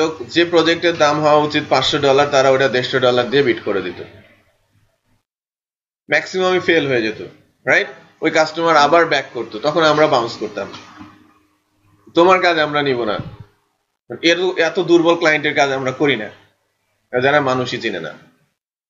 এটা বুঝতে পেরেছেন? যে যারা $150 বিট করে $500 প্রজেক্ট, তারা কোন মানের কাজ করবে সেটা বলাটাই কিন্তু স্বাভাবিক। হ্যাঁ, বাট একটা স্ট্যান্ডার্ড আছে। আমি জানি না এখন কারেন্ট অবস্থাটা। ওকে, কারেন্ট অবস্থাটা ডলার রেট, যদি আপনি বড় প্রজেক্টের কথা চিন্তা করেন ভলিউম অনুযায়ী, সেখানে ক্যালকুলেশনটা নির্ভর করে কোম্পানির উপরে, ক্যালকুলেশন নির্ভর করে এক্সপিরিয়েন্সের উপরে, রাইট? একটা ব্লগ বানাতে আমার যদি 50 ঘন্টা লাগে, তাহলে ওই সালামের হয়তো 80 ঘন্টা লাগবে। সো আমি যদি $10 হিসেবে দিই, আমি $500 দিব, সালাম কত দেবে? $800। যেটা বুঝতে পেরেছেন? সো এখানেই টুইস্টটা হবে, বিটটা এখানেই কাজ করবে। আর যখন ইন্টারভিউ হবে, সেটাও একটা ইম্পর্টেন্ট ইস্যু। অনেক ক্লায়েন্ট আছে যে রেট বেশি হলেও ইন্টারভিউ যে ভালো করে তার কাছে সাথে কাজ করে। আর লোকাল মার্কেট এটা নির্ভর করে রিলেশন। যে আপনি রিলেশন অনুযায়ী কিভাবে কাজ করবেন তার সাথে। আমাদের দেশে যদি আমি ই কমার্সের কথা বলি, মনে করে যে 25,000 টাকাতে ই কমার্স পাওয়া যায়, ইকরা তো সেলই করে, তাই না? অনেক অনেক হোস্টিং প্রোভাইডার আছে, তারা তো বলেই দিচ্ছে যে হোস্টিং এর সাথে ই-কমার্স ফ্রি। বুঝতে পেরেছেন? সো অনেকে মেজেন্টো ইনস্টল করে দিচ্ছে, অনেকে পেস্টাশপ ইনস্টল করে দিচ্ছে, তারপরে কাস্টম করে দিচ্ছে 20, 25, 30 হাজার টাকা দিয়ে যার মতো নিচ্ছে যার কাছ থেকে। সো আপনি ই কমার্স নিয়ে যদি মার্কেটে যান সেল করতে, কোডিং ফ্রেমওয়ার্ক ইউজ করে, আপনি হয়তো পাত্তা পাবেন না, কারণ তারা ওটা বোঝেই না যে ল্যারাভেল কি, কোডিগনেটর কি, আর পেস্টাশপ কি। এটা বুঝতে পেরেছেন? সো লোকাল মার্কেটের কাজ একরকম, যে আপনি যদি হাইয়েস্ট কাজ পানও তাহলে হয়তো 40-50 হাজার টাকার বেশি পাবেন না, লাখ ভালো থাকলে 80-90-1 লাখ পর্যন্ত কাজ আপনি লোকাল মার্কেটে পেতে পারেন, বাট পেইন আছে প্রচন্ড লোকাল মার্কেট কাজের। আর ইন্টারন্যাশনাল মার্কেটের কাজের ওই পেইনটা খুব কম। সেটা নির্ভর করে যে আমি কার সাথে কাজ করছি তার উপরে, যে আমি কি ধরনের কাজ করছেন তার উপরেও কিন্তু নির্ভরশীল। আমাদের মার্কেটটা এখনো ডেভেলপমেন্ট প্রজেক্ট নেওয়ার মতো পর্যায়ে যায় নাই। আমাদের মার্কেট চীনে হচ্ছে গাড়ির পেছনটা, 500 টাকার ওয়েবসাইট। আমাদের মার্কেট ওই লেভেলে আছে, কারণ মার্কেটে যারা ডিমান্ড করে কাজের তারা এই বিষয়টা সম্পর্কে একেবারেই অজ্ঞ, তাদেরকে কেউ শেখায় নাই, বা লোকাল মার্কেট ডেভেলপমেন্টের পেছনে কোনো এজেন্সি কাজ করছে না। তারা মনে করে যে এরা ডাল ভাত খায়, ডাল ভাত খেয়ে আজীবন থাকবে। এটা একটা বিশাল মার্কেট, সেটা তারা মেনেই নিচ্ছে না বা মনেই করছে না। যদি মনে করতো, যদি 5 বছর আগে থেকে লোকাল মার্কেট ডেভেলপ করার কাজ শুরু করতো, তাহলে আমাদের ইন্ডাস্ট্রির অবস্থা যে অবস্থায় আছে তার চেয়ে বেটার অবস্থায় থাকতো। কারণ আমরা এখনো নির্ভরশীল কার উপরে? ইন্টারন্যাশনাল মার্কেটের উপরে। এটাকে বোঝাতে পেরেছি? এবং আমরা ইন্টারন্যাশনাল কাজেই অভ্যস্ত, ইন্টারন্যাশনাল মার্কেটের কাজগুলোই করে থাকি, বাট লোকাল মার্কেট আমরা এখনো ডেভেলপ করি নাই। মনে করেন তারা ফার্স্ট ওয়ার্ল্ড কান্ট্রি, তারা আমাদের চাইতে 20 বছর এগিয়ে আছে, ধরে নিচ্ছি ইউএসএ আমাদের চাইতে 20 বছর এগিয়ে আছে, অথবা 30 বছর এগিয়ে আছে। তাদের 30 কোটি লোক, 3 ট্রিলিয়ন যাদের ইকোনমি, $3 ট্রিলিয়ন যাদের ইকোনমি সাইজ। আমাদের ইকোনমি কয় বিলিয়নের? 70 বিলিয়ন। আর তারা 3 ট্রিলিয়ন, রাইট? 3 ট্রিলিয়নের ইকোনমি তাদের। তাদের ইকোনমি বেসিক্যালি ওয়ার্ল্ডকে শাসন করে। তারা শাসন করে বলতে তারা ইকোনমি দিয়ে তারা কিন্তু আমাদেরকে শাসন শোষণ যাই বলেন করছে। সো আমাদের ইকোনমি ওই পর্যায়ে যাওয়াটা কিন্তু ডিফিকাল্ট, বাট আমরা টেকনোলজিক্যালি তাদের কাছাকাছি পৌঁছে যেতে পারি খুব সহজেই যদি আমরা এফোর্ট দিই। আমাদেরও কিন্তু হিউজ ডিমান্ড আছে, মানে আমাদের মার্কেটটা বড়। আমাদের দেশে যে জনগণের সংখ্যা, রাইট, এটা গোটা ইউরোপে নাই। ইউরোপে 21টা-22টা দেশ আছে না, গুনে দেখবেন যে 16 কোটি হয় কিনা। কঠিন আছে, 16-17 কোটি হওয়াটা কঠিন আছে। যদি আমি বলি যে আমাদের কাছ থেকে সার্ভিস নিতে পারে এরকম লোকের সংখ্যা, যে যারা পার্সোনাল প্রজেক্ট নেয়ার মতো ক্যাপাবল, এরকম সংখ্যা আছে প্রায় 30 লাখ, রাইট? নিউজিল্যান্ডের জনসংখ্যার সমান। সেটা বোঝাতে পেরেছি? 30 লাখ প্রজেক্ট নিতে পারে। আমি যদি বলি 2 লাখ কোম্পানি আছে যারা তাদের প্রজেক্ট এখন অ্যাভেল করতে পারে ওয়েবের, এটা হচ্ছে আমাদের মার্কেট। বাট এটা নিয়ে কেউ কখনো কথাও বলছে না, এবং এটা ডেভেলপ করার কাজেও কেউ নেই। এই কারণে আমাদের মার্কেটে কাজের কোনো সিঁড়িবিড়ি নাই বলতে পারেন, যে যার মতো যা পাচ্ছে তাই করছে, সরকারি দপ্তর থেকে শুরু করে সব জায়গায়, রাইট? বাট তার কোয়ালিটি নিয়ে কেউ কাজ করছে না। তো এই মার্কেটটাও যে হিউজ সেটা বুঝতে পারছে না। বাট এখন কিছুটা নজর পড়েছে সরকারের ওপরে, মার্কেটের নজর। চেষ্টা করা হচ্ছে সরকারি কাজগুলো যদি আমরা পাই তাহলে আমাদের মার্কেটটা ডেভেলপ করবে, রাইট? এটা একটা এন থেকে ঠিক আছে, যেখানে কি পেমেন্টের সিকিউরিটি আছে। এই চেষ্টাটা ব্যাপক হারে চলছে, লবিংও চলছে প্রচন্ড, যাতে সরকারি কাজগুলো বাইরে না গিয়ে বাংলাদেশে আসে। অ্যাটলিস্ট এটাও আমাদের ইন্ডাস্ট্রি ডেভেলপমেন্টে কাজ করবে। লাস্ট ইয়ারের আউটপুট হচ্ছে, লাস্ট ইয়ারটাতে অনেক চেষ্টা তদবির করে বেসিসের মাধ্যমে, প্রেজেন্টেশনের মাধ্যমে, আইসিটি ডিভিশনের মিনিস্টারের প্রেজেন্টেশন দিয়ে, মিনিস্ট্রি থেকে মানে ক্যাবিনেট থেকে 287 কোটি টাকার কাজ লোকাল মার্কেটে আনা সম্ভব হয়েছে, মানে অ্যাপস ডেভেলপমেন্টের জন্য। মোবাইল অ্যাপস, যেটা বেসিক্যালি চলে যেত সব বাইরের দেশে, আমাদের পাশের দেশে বা অন্যান্য দেশগুলোতে, যেটা মানে আদায় করে নেওয়া হয়েছে যে না এই কাজ বাংলাদেশি মার্কেট করবে। বুঝতে পেরেছেন? এবার টার্গেট নেওয়া হয়েছে বেসিস থেকে আমাদের 23টা সাব কমিটি করা হয়েছে। 23টা সাব কমিটি যারা টার্গেট করবে 60টা মন্ত্রণালয়কে, এবং তারা তাদের পেছনে লেগে থাকবে। নেক্সট 3 ইয়ার্স টার্গেট হচ্ছে তাদের কাজগুলো কোনোভাবে একটু একটু করে হলেও আমাদের মার্কেটের দিকে ঢোকানো। বুঝতে পেরেছেন? সেটা আমাদের মার্কেটের সাইজটাকে বাড়াবে, কোম্পানিগুলোর সাইজকে স্টেবল করবে। কোম্পানি স্টেবিলিটি হলে কি আসবে? আমাদের ইন্ডাস্ট্রি স্টেবল হবে। সো এটা একটা দিক। আর লোকাল মার্কেট ডেভেলপমেন্টের পেছনে এখনো কাজ শুরু হয় নাই, আমরা আলোচনা শুরু করেছি, বাট এটার পেছনে এখনো কাজ তেমন ভাবে আগাচ্ছে না, কারণ এখানে কোনো মানে প্রাথমিক ভাবে বা ইনস্ট্যান্ট কোনো লাভ আমরা দেখতে পাচ্ছি না।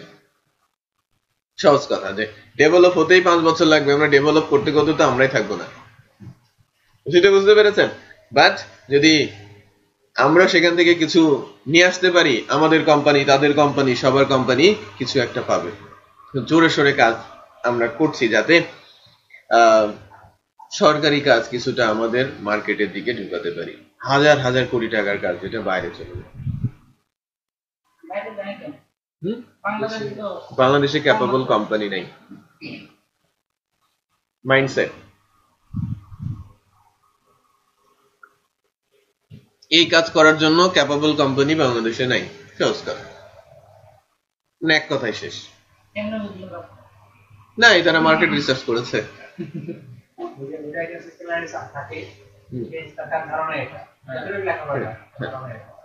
মানে নেই, আমাদের কোম্পানি এ ধরনের কাজ করতে পারবে না।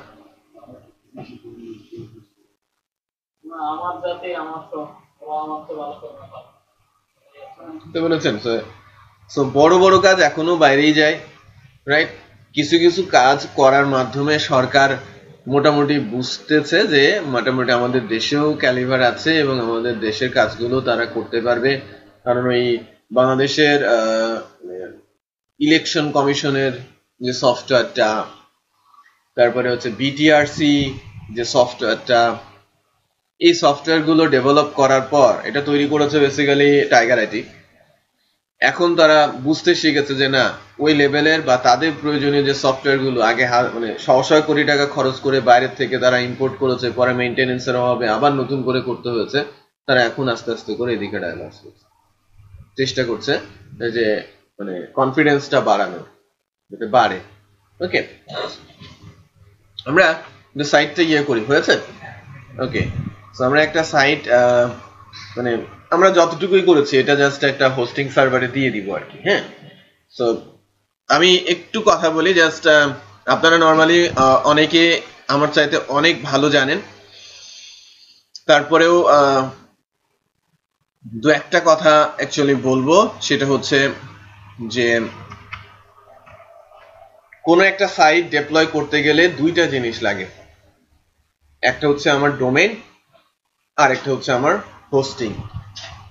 ডোমেইনটা বেসিক্যালি নেম, যেটা কোনো একটা সার্ভারে থাকে এবং এই নামটা মিনিমাম 1 বছরের জন্য রেজিস্ট্রেশন করতে হয়।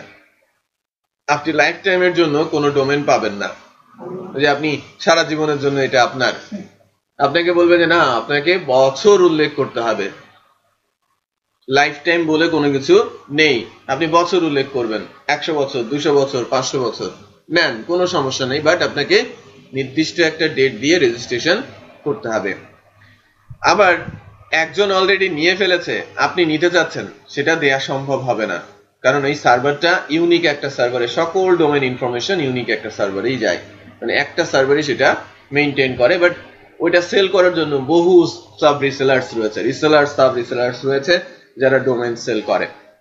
চেকিংও হয়, ওই স্ক্রিপ্টটা অ্যাভেলেবেল অনেক সাইটে দেখা যায় যে ডোমেইন আমি চেক করছি এটা আছে কিনা, বা সেল হয়ে গেছে, কবে সেল হয়েছে, কি আছে না আছে। সো যদি এক্সাম্পল হিসেবে বলি তাহলে তালহা ট্রেনিং হচ্ছে ডোমেইন নেম .com, তার এক্সটেনশন। সো পুরো ডোমেইনটা যদি বলি talhatraining.com। কেউ যদি মনে করে যে talhatraining.info নেবে, যদি ফ্রি থাকে সে নিতে পারে।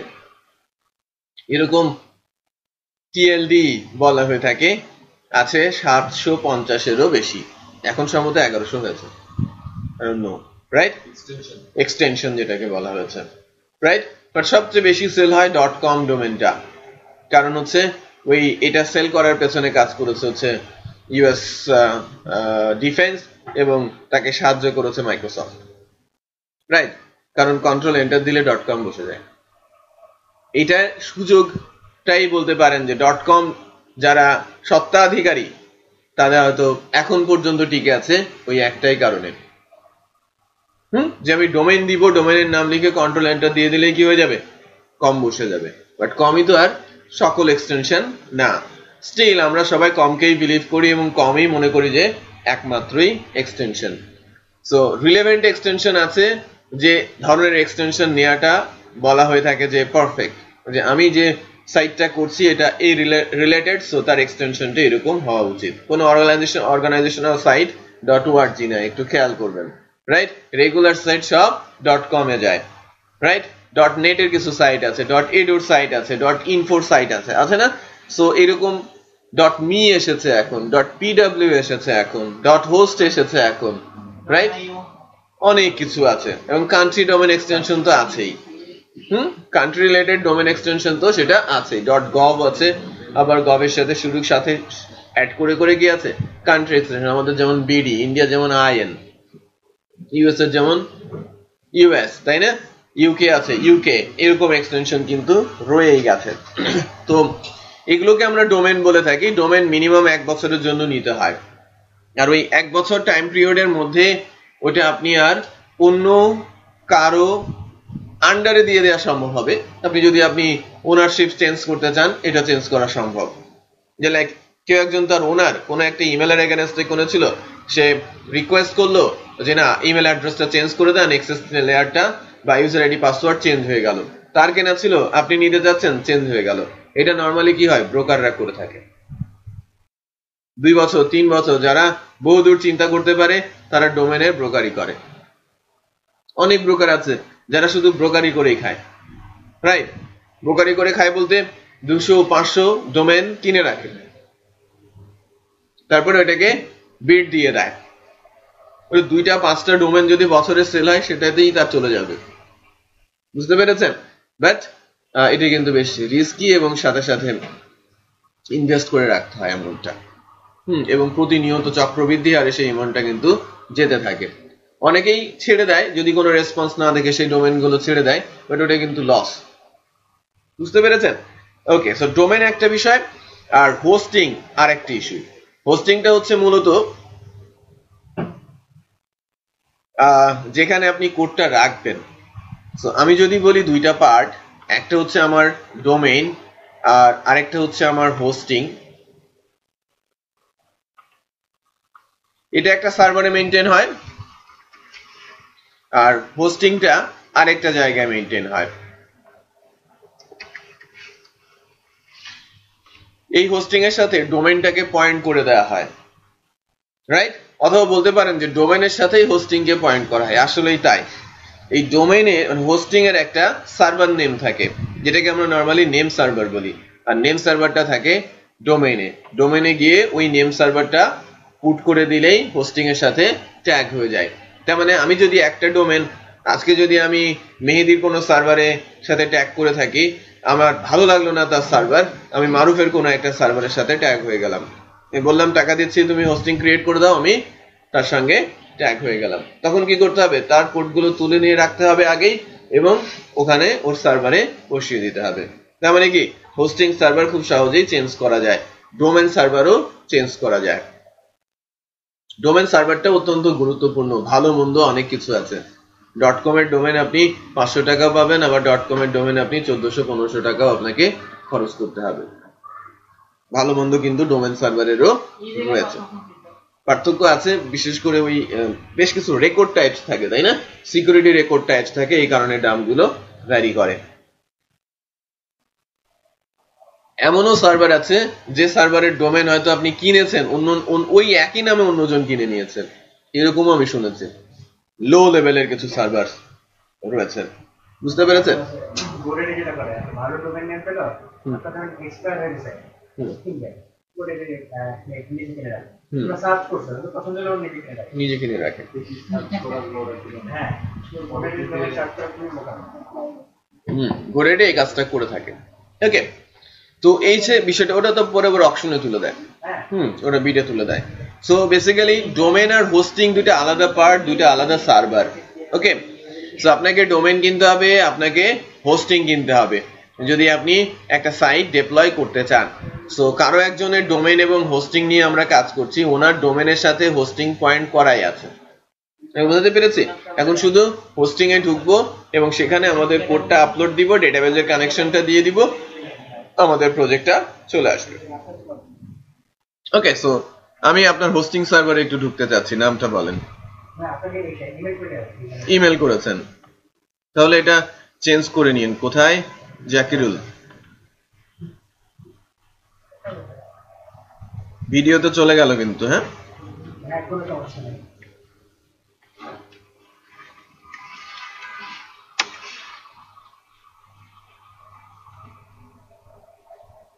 দেখেন কত সিকিউর পাসওয়ার্ড ইউজ করেছেন তিনি, তারপরেও বললো কোনো সমস্যা নাই। ওকে, শিখেন। সো হ্যাঁ, ফায়ারওয়াল বসানো আছে।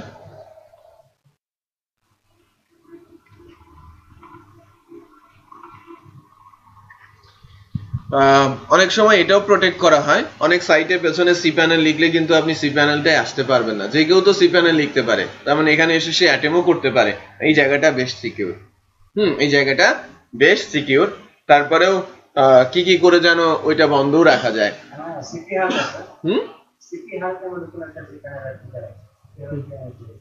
আচ্ছা, হ্যাঁ, এটা 3 বার হলে ব্লক হয় নরমালি। বেসিক্যালি 3 বার কেউ যদি অ্যাটেম্প করে তাহলে আইপি ব্লক হয়ে যায়, ওখানে আর এটা দেখাবেও না।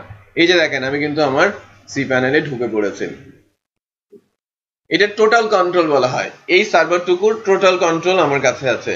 আমার ডিস্ক স্পেসের কন্ট্রোল আছে, আমার ইমেলের কন্ট্রোল আছে, আমার ডেটাবেসের কন্ট্রোল আছে, আমার পিএসপির কন্ট্রোল আছে। তার মানে আমি সব কিছু কন্ট্রোল করতে পারি আমার এখান থেকে।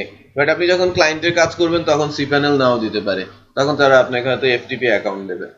এফটিপি ক্লায়েন্টের মাধ্যমে আপনাকে ফাইল ট্রান্সফার করতে হবে।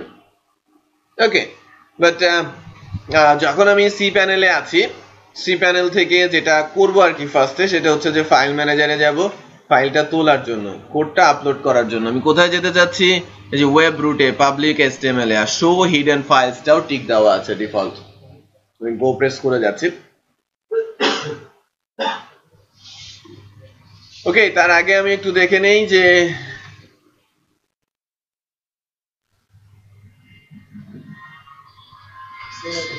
সেল এ টু জেড এই ডোমেনটাতে আপাতত কি আছে। ইন্ডেক্স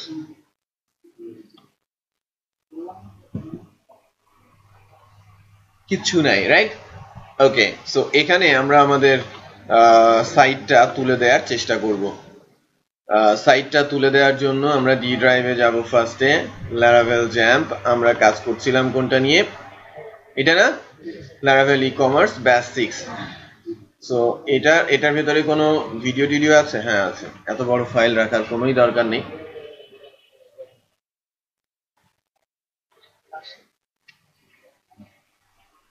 এটাকে আমি ফার্স্টে জিপ করব।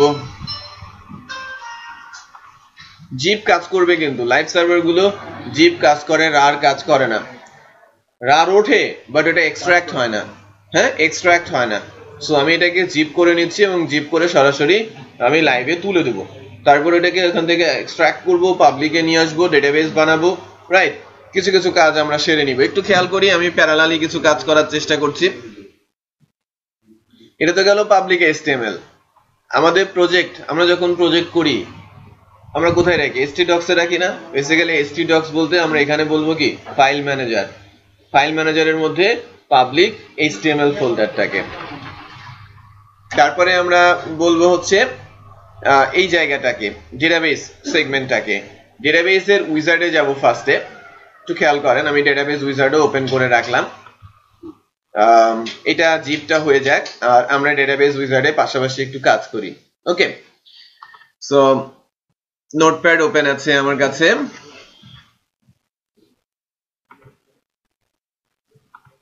নোটপ্যাড ওপেন করে রাখলাম। আমি ডেটাবেস বানাচ্ছি। ডেটাবেস যেমন পিএসপি মাইডমিনে গিয়ে কি ডেটাবেস বানাতে হয় না? E commerce sell A to Z তো হয় নাই, এ টু জেড 7, তাই না? তারপরে ই কমার্স, এটা হবে আমার ডেটাবেস নেম, এটা ডিবি নেম, একটু মনে রাখতে হবে আমাদের। গো ব্যাক করছে। ডেটাবেস নেম যেটা তৈরি হবে এর সাথে আমি ইউজার তৈরি করব। ইউজারটা বেসিক্যালি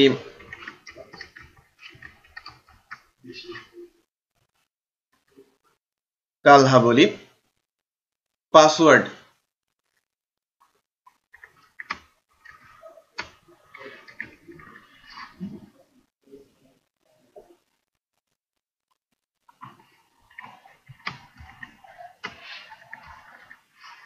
আমাদের যে ওয়াইফাই পাসওয়ার্ডটা সেটা দিয়ে দিয়েছি। আমাদের ওয়াইফাই পাসওয়ার্ড আছে না? আমাদের ওয়াইফাই পাসওয়ার্ডটা আমরা জানি। সো এটা হচ্ছে আমাদের ইউজার নেম, পাসওয়ার্ড নেম, এটা হচ্ছে আমাদের ওয়াইফাই পাসওয়ার্ড। আচ্ছা, গো ব্যাক করে আমাকে এখন যেটা করতে হবে, যে ডেটাবেসটা কিছুক্ষণ আগে বানানো হলো, এই যে ইউজারের সাথে আমি ডেটাবেস, ওখানে ইউজারও একজন আছে, ডেটাবেসও একটাই আছে, আমি অ্যাড করে নিচ্ছি। এটা কিন্তু অলওয়েজ করতে হবে। এতটুকু আমরা করি, অনেক সময় যেটা করি এই মেক চেঞ্জটা করি না, অল প্রিভিলেজ দিয়ে মেক চেঞ্জটা করে দিতে হবে, আদারওয়াইজ ডেটাবেসের অ্যাক্সেস এই ইউজার পাবে না। বুঝতে পেরেছেন? অ্যাক্সেসও আমি পেয়ে গেলাম। ইন দ্য মিন টাইম আমার জিপের কাজটা শেষ হয়েছে htdocs এ, এই যে ব্যাস 6। এটাকে আমি এখন আপলোড করব সি প্যানেল থেকে।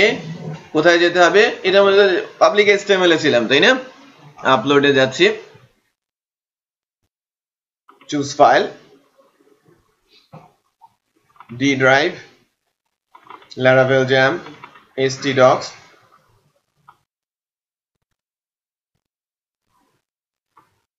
এটা না? আপলোড শুরু হয়েছে।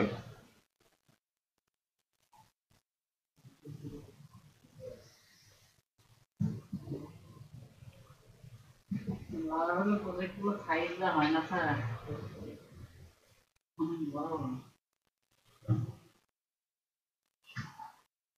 কই আমাদের প্রজেক্ট তো মাত্র 28 MB। 28 MB না? আমাদের ভেন্ডরে তো 20 MB এর উপরে। কতগুলো ইমেজ তুলেছি। ইমেজ তোলা হয়েছে না?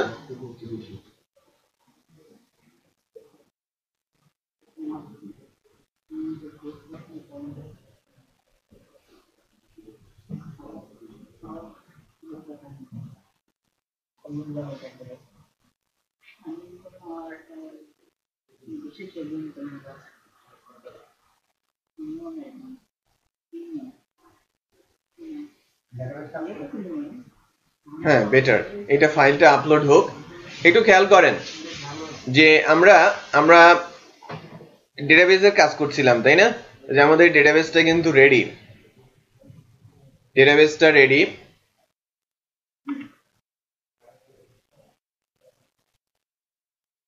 এখান থেকে ডেটাবেসে গিয়ে PHP MyAdmin,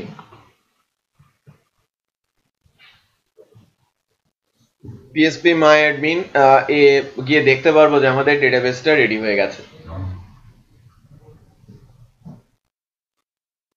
এই যে ডেটাবেস, ডেটাবেসের মধ্যে ঢুকলাম, তারপরে কি করব? ইম্পোর্ট করব। আমাদের ডেটাবেসটা কি আপ টু ডেট আছে? লোকাল ডেটাবেসটাকে ডাউন করে নেই। একটা কথা বলে নেই যে লাইভে কিন্তু মাইগ্রেশন চলে না। লাইভে মাইগ্রেশন সিডিং কোনো কিছু কাজ করে না। ওকে, বাট কাজ করলে ওটাকে আপনি লিনাক্স কমান্ডের মাধ্যমে টার্মিনাল থেকে কাজ করাতে হবে। যদি শেল কমান্ডের শেল কমান্ড, শেল অ্যাক্সেস থাকলে এটা পসিবল। যেটাকে রুট অ্যাক্সেস বলে, আমরা সি প্যানেল কিনলে ওটা পাবো না। রুট অ্যাক্সেস যদি আপনি VPS কিনেন অথবা ডেডিকেটেড তাহলে পাবেন। বিপিএস ডেডিকেটেড কিনলে পাবেন। তো এটাকে আমি এক্সপোর্ট করে নিচ্ছি।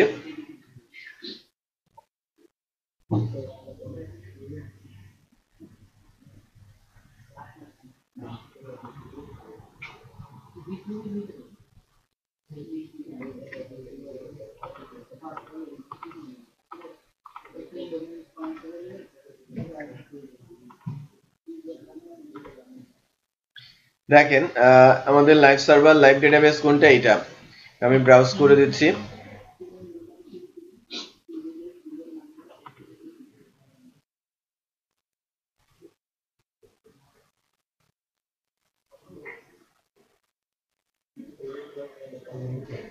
এটা না, এটাই তো ব্যাস 6।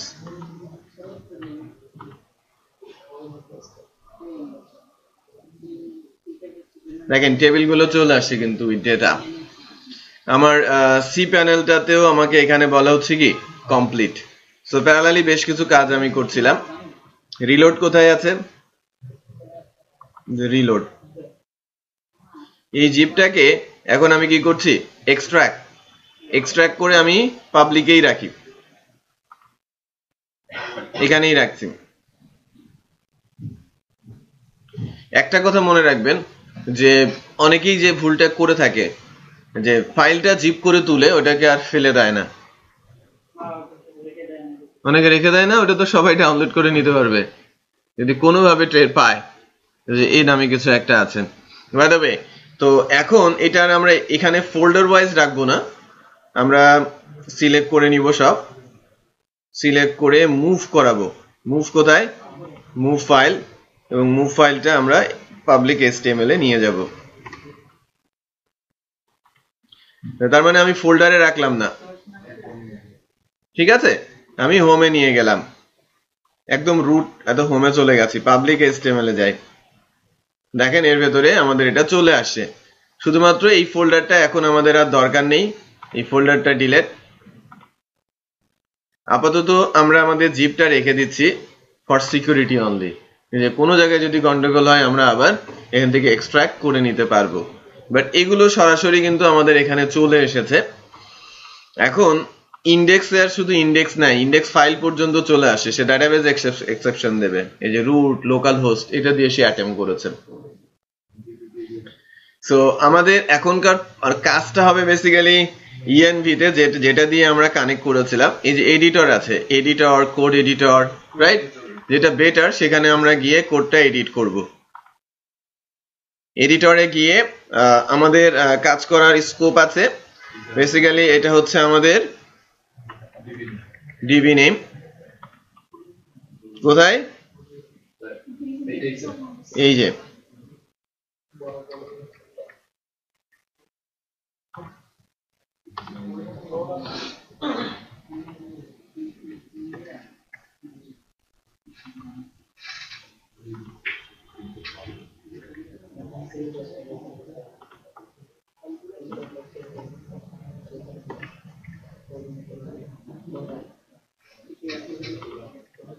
দেখেন এটা হলো, হ্যাঁ কানেকশনটা হয়েছে।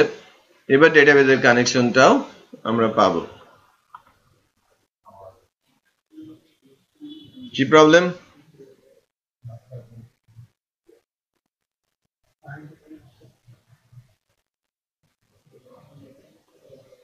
হোম, এত public HTML, resource, views, master.blade.php,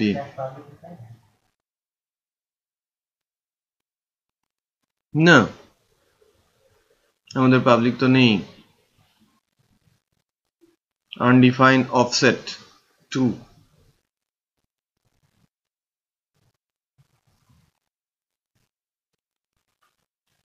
এটা কি আমাদের প্রজেক্ট না?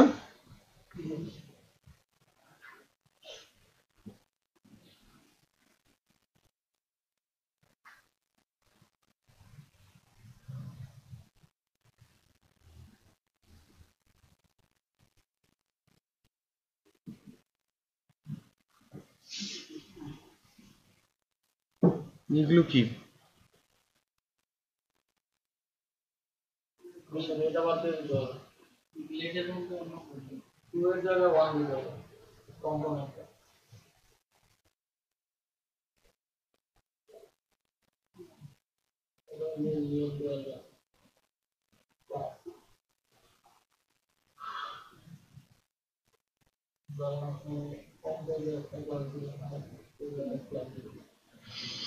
দেখেন এটা বেসিক্যালি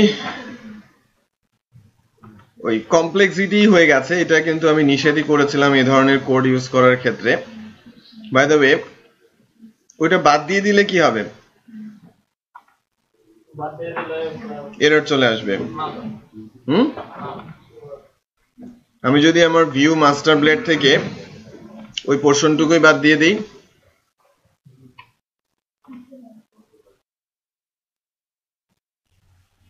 এই যে পোর্শনটুকু,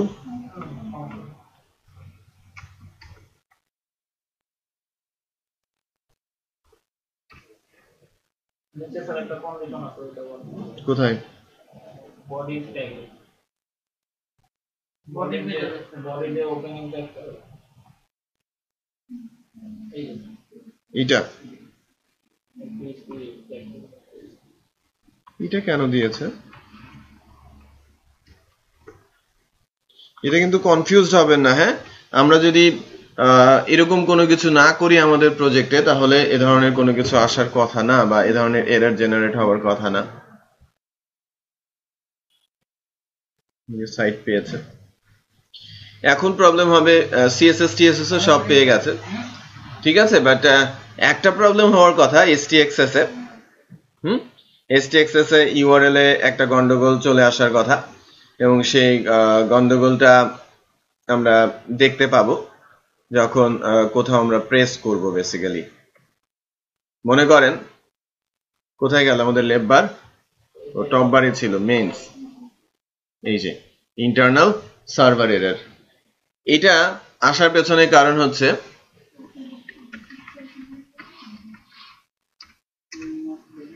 এই যে পেয়ে গেল না, index.php দেওয়াতে কিন্তু পেয়েছে। এইটা বেসিক্যালি ওই আমাদের যে STXS এর কারণে এই প্রবলেমটা দেখা দেয়। STXS টা তো আমাদের আছে না, লাইভে তোলা আছে STXS টা। STXS টাতে এখন কিছুটা কাজ আমাদের করতে হবে। তাহলে আমরা যখন প্রজেক্ট একটা তুলছি, কয়েকটা জায়গাতেই কিন্তু আমাদের কাজ করতে হবে। ব্যাকে যাই, এখানে আরেকটু ব্যাকে যাই, STXS অ্যাভয়েড করাই বেটার, পরে অ্যাড অন ডোমেইন করে ফোল্ডার দেখে দেওয়াটা ফোল্ডার কিভাবে দেখাবেন? অ্যাড অন ডোমেইনে মনে করেন যে একটা ফোল্ডার দেওয়া হবে, এই ফোল্ডারতে এই অ্যাড অন ডোমেইনটা পাবে। আমি যদি পাবলিক ফোল্ডারতে দেখাই দেই, বাট আমি ওই যে মড রিরাইট করব কি দিয়ে? ওই যে ইন্ডেক্সকে আমি রিমুভ করব কি করে ইউআরএল থেকে? বুঝছেন নাই? আমাকে তো ইউআরএল থেকে ইন্ডেক্সকে রিমুভ করতে হবে। পেয়েছেন এবার? ওই যে প্রবলেমটা ছিল, আমরা তো সাবডোমেনের নাম লিখে রেখেছিলাম না, সাব ফোল্ডারের নাম লিখে রেখেছিলাম, ওটাকে আমি রিমুভ করে দিলাম। সো লাইভ ডোমেনে গেলে এটা দেওয়ার প্রয়োজন পড়বে না, বাট সাব ফোল্ডারে গেলে এটা দেওয়ার প্রয়োজন পড়বে। সো এই জায়গাটা এটা ব্ল্যাঙ্ক করে দেবেন। এখন ওটা যদি না দেই তাহলে সমস্যা আছে? কোনটা? STXS? না সরি, ওই যে যেটা আউট করে দিলেন ওই লাইনটা, ওই লাইনটা দিতে হবে, ওই স্ল্যাশ পর্যন্ত থাকতে হবে। স্ল্যাশটা এই যে দেখেন আমার এখন কাজ করছে নরমালি, ডিটেইলে যাচ্ছে, আমি কার্টে প্রোডাক্ট অ্যাড করছি, ঠিক আছে। যে আমাদের ছোট্ট ডেমো প্রজেক্ট যেটা আমরা বানালাম, এটা এখন সেল A to Z এ আছে, ঠিক আছে। তো এই প্রোডাক্ট গুলো কিন্তু আর ভ্যালিড না, কেউ যদি পারচেস করে তাহলে কিন্তু বিপদ।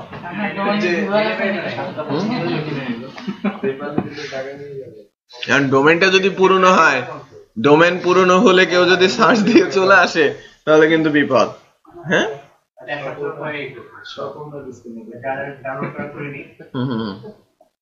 ডাউনলোড করে নিতে পারেন।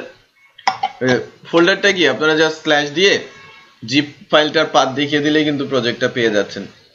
তো এইটা ছিল বেসিক্যালি আপলোড। আমি বললাম কিন্তু এখন আর ডিফিকাল্টিস নেই, আগে ছিল অনেক সার্ভারই সাপোর্ট করতো না। হ্যাঁ, পিএইচপি আপডেটেড।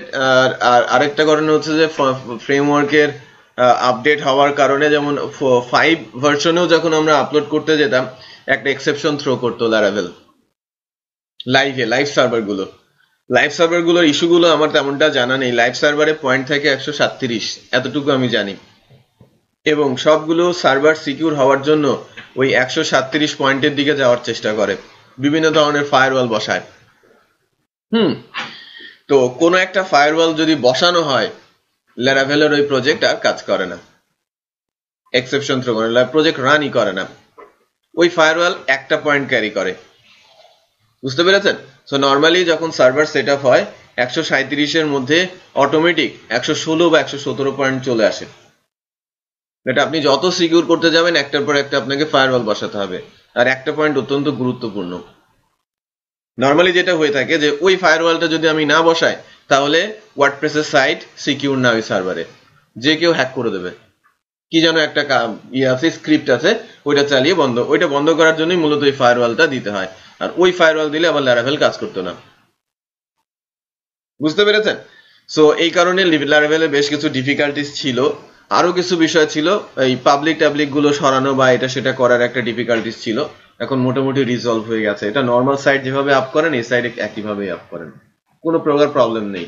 আমরা নর্মাল সাইট গুলো এভাবেই আপলোড করি, Laravel-এর সাইট গুলো শুধু মানে ওখানে নর্মাল সাইটে কানেকশনটা আমাদের মতো ফাইলে, আর এখানে ENB-তে।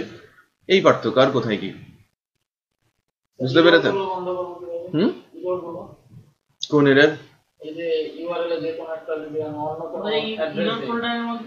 আপনাকে ওই যে ইউজ করতে হবে, আপনাকে রাউটস ইউজ করতে হবে, যে কোনো প্রকারের ইউআরএল, এর বাইরে কোনো ইউআরএল আসলেই আপনি এরর পেজ ডিসপ্লে করে দেবেন। ঠিক আছে, আপনি একটা এরর পেজ বানিয়ে রাখবেন, ওই এরর পেজটা সবসময় ডিসপ্লে। এর বাইরে আমার রাউটস এর বাইরে, আমার অ্যালাইস এর বাইরে, হ্যাঁ, আমার রাউটস ইউআরএল এর বাইরে কোনো কিছু আসলে সেটা একটা পার্টিকুলার ফাংশনে চলে যাবে, সে একটা এরর পেজ ডিসপ্লে করে দেবে। এটা করা যায়।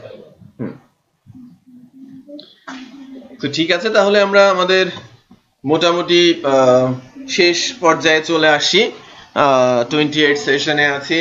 একদম প্রথম দিক থেকে আমাদের সাথে যারা ছিলেন তাদের মধ্যে কয়েকজন উপস্থিত, কয়েকজন অনুপস্থিত অবস্থায় পাওয়া যাচ্ছে।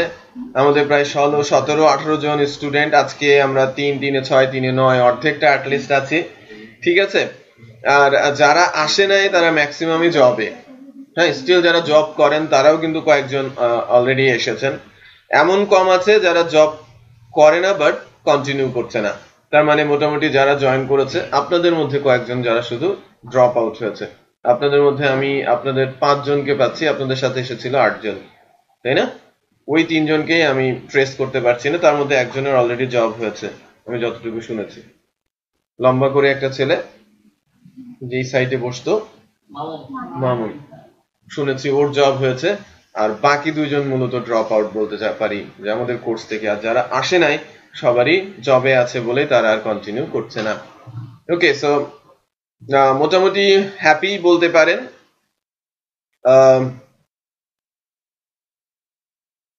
কতটুকু কি আমরা শিখেছি বা শেখাতে পেরেছি সেটা অ্যাকচুয়ালি পরের বিষয়। যেটা আমাদের চাওয়া থাকবে সেটা হচ্ছে যে আমাদের জন্য দোয়া করবেন, আমার জন্য দোয়া করবেন, আমাদের সবার জন্য দোয়া করবেন, আর একজন আরেকজনের সঙ্গে কন্ট্যাক্টে থাকবেন। আর যোগাযোগটা বিশেষ করে আমরা চাইবো যেন আপনারা, আমরা যতদিন বেঁচে আছি ততদিন যোগাযোগে থাকেন, এতটুকুই। ঠিক আছে, ভালো থাকি, খারাপ থাকি, যোগাযোগে থাকি। হ্যাঁ, এটা করাটা অ্যাকচুয়ালি বলতে পারেন যে একটা দাবি পর্যায়ে চলে গেছে। আমার এক্স স্টুডেন্টরা অনেকেই বলছে, বাট সময়ের অভাবে, লোকবলের অভাবে এটা করা সম্ভব হচ্ছে না। একটা রিউনিয়ন করারও প্ল্যান করছে যারা বেসিক্যালি 2009 থেকে এ পর্যন্ত আছে।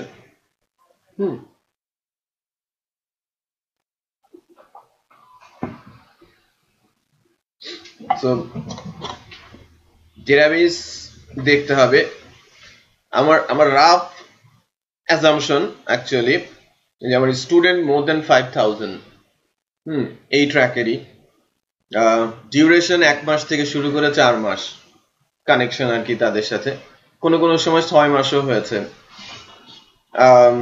আমি কোঅর্ডিনেটরের আগে যে ক্লাস নিয়েছি 2011 সালে, কোঅর্ডিনেটর ব্যাচ 1, ওদেরই প্রায় 6 মাস লেগেছিল একটা কোর্স শেষ করতে। 36টা ক্লাস দিয়ে আমরা শুরু করেছিলাম, বাট ওই ক্লাসটা আমরা করেছিলাম প্রায় 49টা ক্লাস করেছিলাম ওই ব্যাচে, এবং সপ্তাহে মাত্র 2 দিন করে হতো ক্লাসটা, শুক্র আর শনি। ইউনিভার্সিটি ল্যাব ইউআইইউতে ওই 2 দিন বন্ধ থাকতো এবং ওই অনুযায়ী ক্লাস হতো। 49টা ক্লাস 24টা সপ্তাহ ক্লাস হয়েছিল, বুঝতে পেরেছেন? সো তার চেয়েও বেশি, ইনফ্যাক্ট 7 মাসও গড়িয়ে গেছিল, মাঝে কিছু ক্লাস ক্যান্সেলও হয়েছে, বুঝতে পেরেছেন? সো এটা হচ্ছে লং সেশন বলতে পারেন ওদের সাথে, ওদের সঙ্গে যোগাযোগও আছে। মাশাআল্লাহ সবাই অনেকেই ভালো আছে, 2-1 ট্র্যাকের বাইরে গেছে, আর আল্লাহর রহমতে সবাই মোটামুটি ভালো আছে। বেসিসে আমার 32টা ব্যাচ আছে, অন অ্যান অ্যাভারেজে 25-27 জন করে স্টুডেন্ট ওখানে। পেইড কোর্সের আমার 32টা ব্যাচ আছে কোঅর্ডিনেটরের, আর 17টা ব্যাচ আছে ওয়েব ডিজাইনের, ওখানেও 30 জন করে পার ব্যাচ স্টুডেন্ট আর কি। বিডি জবসে আছে 143টা ব্যাচ, বিডি জবসে web design, web development, SEO, digital marketing, আর আছে হচ্ছে WordPress, Joomla. Okay, so BD জবসে বেসিক্যালি আমার তালা ট্রেনিং শুরু হওয়ার আগে, বেসিসে পুরোপুরি ইনভলভ হওয়ার আগে শুরু করতাম সকাল 9টায়, বাসায় আসতাম রাত 10:30টায়, 9:30 পর্যন্ত ক্লাস হতো আর কি। টানা ওইটা চলেছে 13 পর্যন্ত বেসিক্যালি, 9 থেকে। ওই 4 বছরই মোটামুটি বলতে পারেন যে আমার প্রায় 100টা ব্যাচ চলে গেছে ওই 4 বছরে। পরের 3 বছরে এই 40-45টা ব্যাচ গেছে, বাট এখানে আমার ইনভলভমেন্ট কম। বেসিসের 12 থেকে বলতে পারেন 12 থেকে 15 পর্যন্ত মোটামুটি ফুল ফেসে ক্লাস গেছে। এলআইসিটি ফার্স্ট 2টা কোয়ার্টার আমি পুরো ক্লাসই নিয়েছি, পরের কোয়ার্টার গুলোতে আপনার হয়তো আমাকে পান নাই, তাই না? এই হচ্ছে আমার স্ট্যাটাস আর কি। ইন্ডাস্ট্রিতে এখন মানে আমার রাফ ক্যালকুলেশন অনুযায়ী সফটওয়্যার ইঞ্জিনিয়ার অবস্থায় আছে প্রায় 1700-1800 স্টুডেন্ট। 5000 স্টুডেন্টের মধ্যে যারা জবে আমার ট্রেসে আছে 1700-1800 স্টুডেন্ট, এর মধ্যে 200 স্টুডেন্ট আছে যাদের এক্সপিরিয়েন্স 4 বছরের বেশি, যারা মোটামুটি ভালো পর্যায়ে আছে। ওরাই বলতে পারেন আমার অ্যাসেট। আমি যখনই ওদের কানেকশনে যাই তখনই 2-4টা সুযোগ তৈরি হয় আপনাদের জন্য। জাস্ট আমার দরকার কি একটু ফ্রি টাইম, যে আমি জাস্ট ওদের সঙ্গে কানেকশনে যাব, আপনাদের জন্য, বিশেষ করে যারা কারেন্ট ব্যাচ আছে তাদের জন্য একটা সিচুয়েশন তৈরি করতে পারবো। তো লাইক আমি যদি 10 জনের কাছে যাই, 10 জনকে ফোন দিলে মিনিমাম 2 জন বা 3 জন রিঅ্যাক্ট করে যে আমার 2 জন বা 5 জন লাগবে, বুঝতে পেরেছেন? ওরাই বেসিক্যালি আমার অ্যাসেট।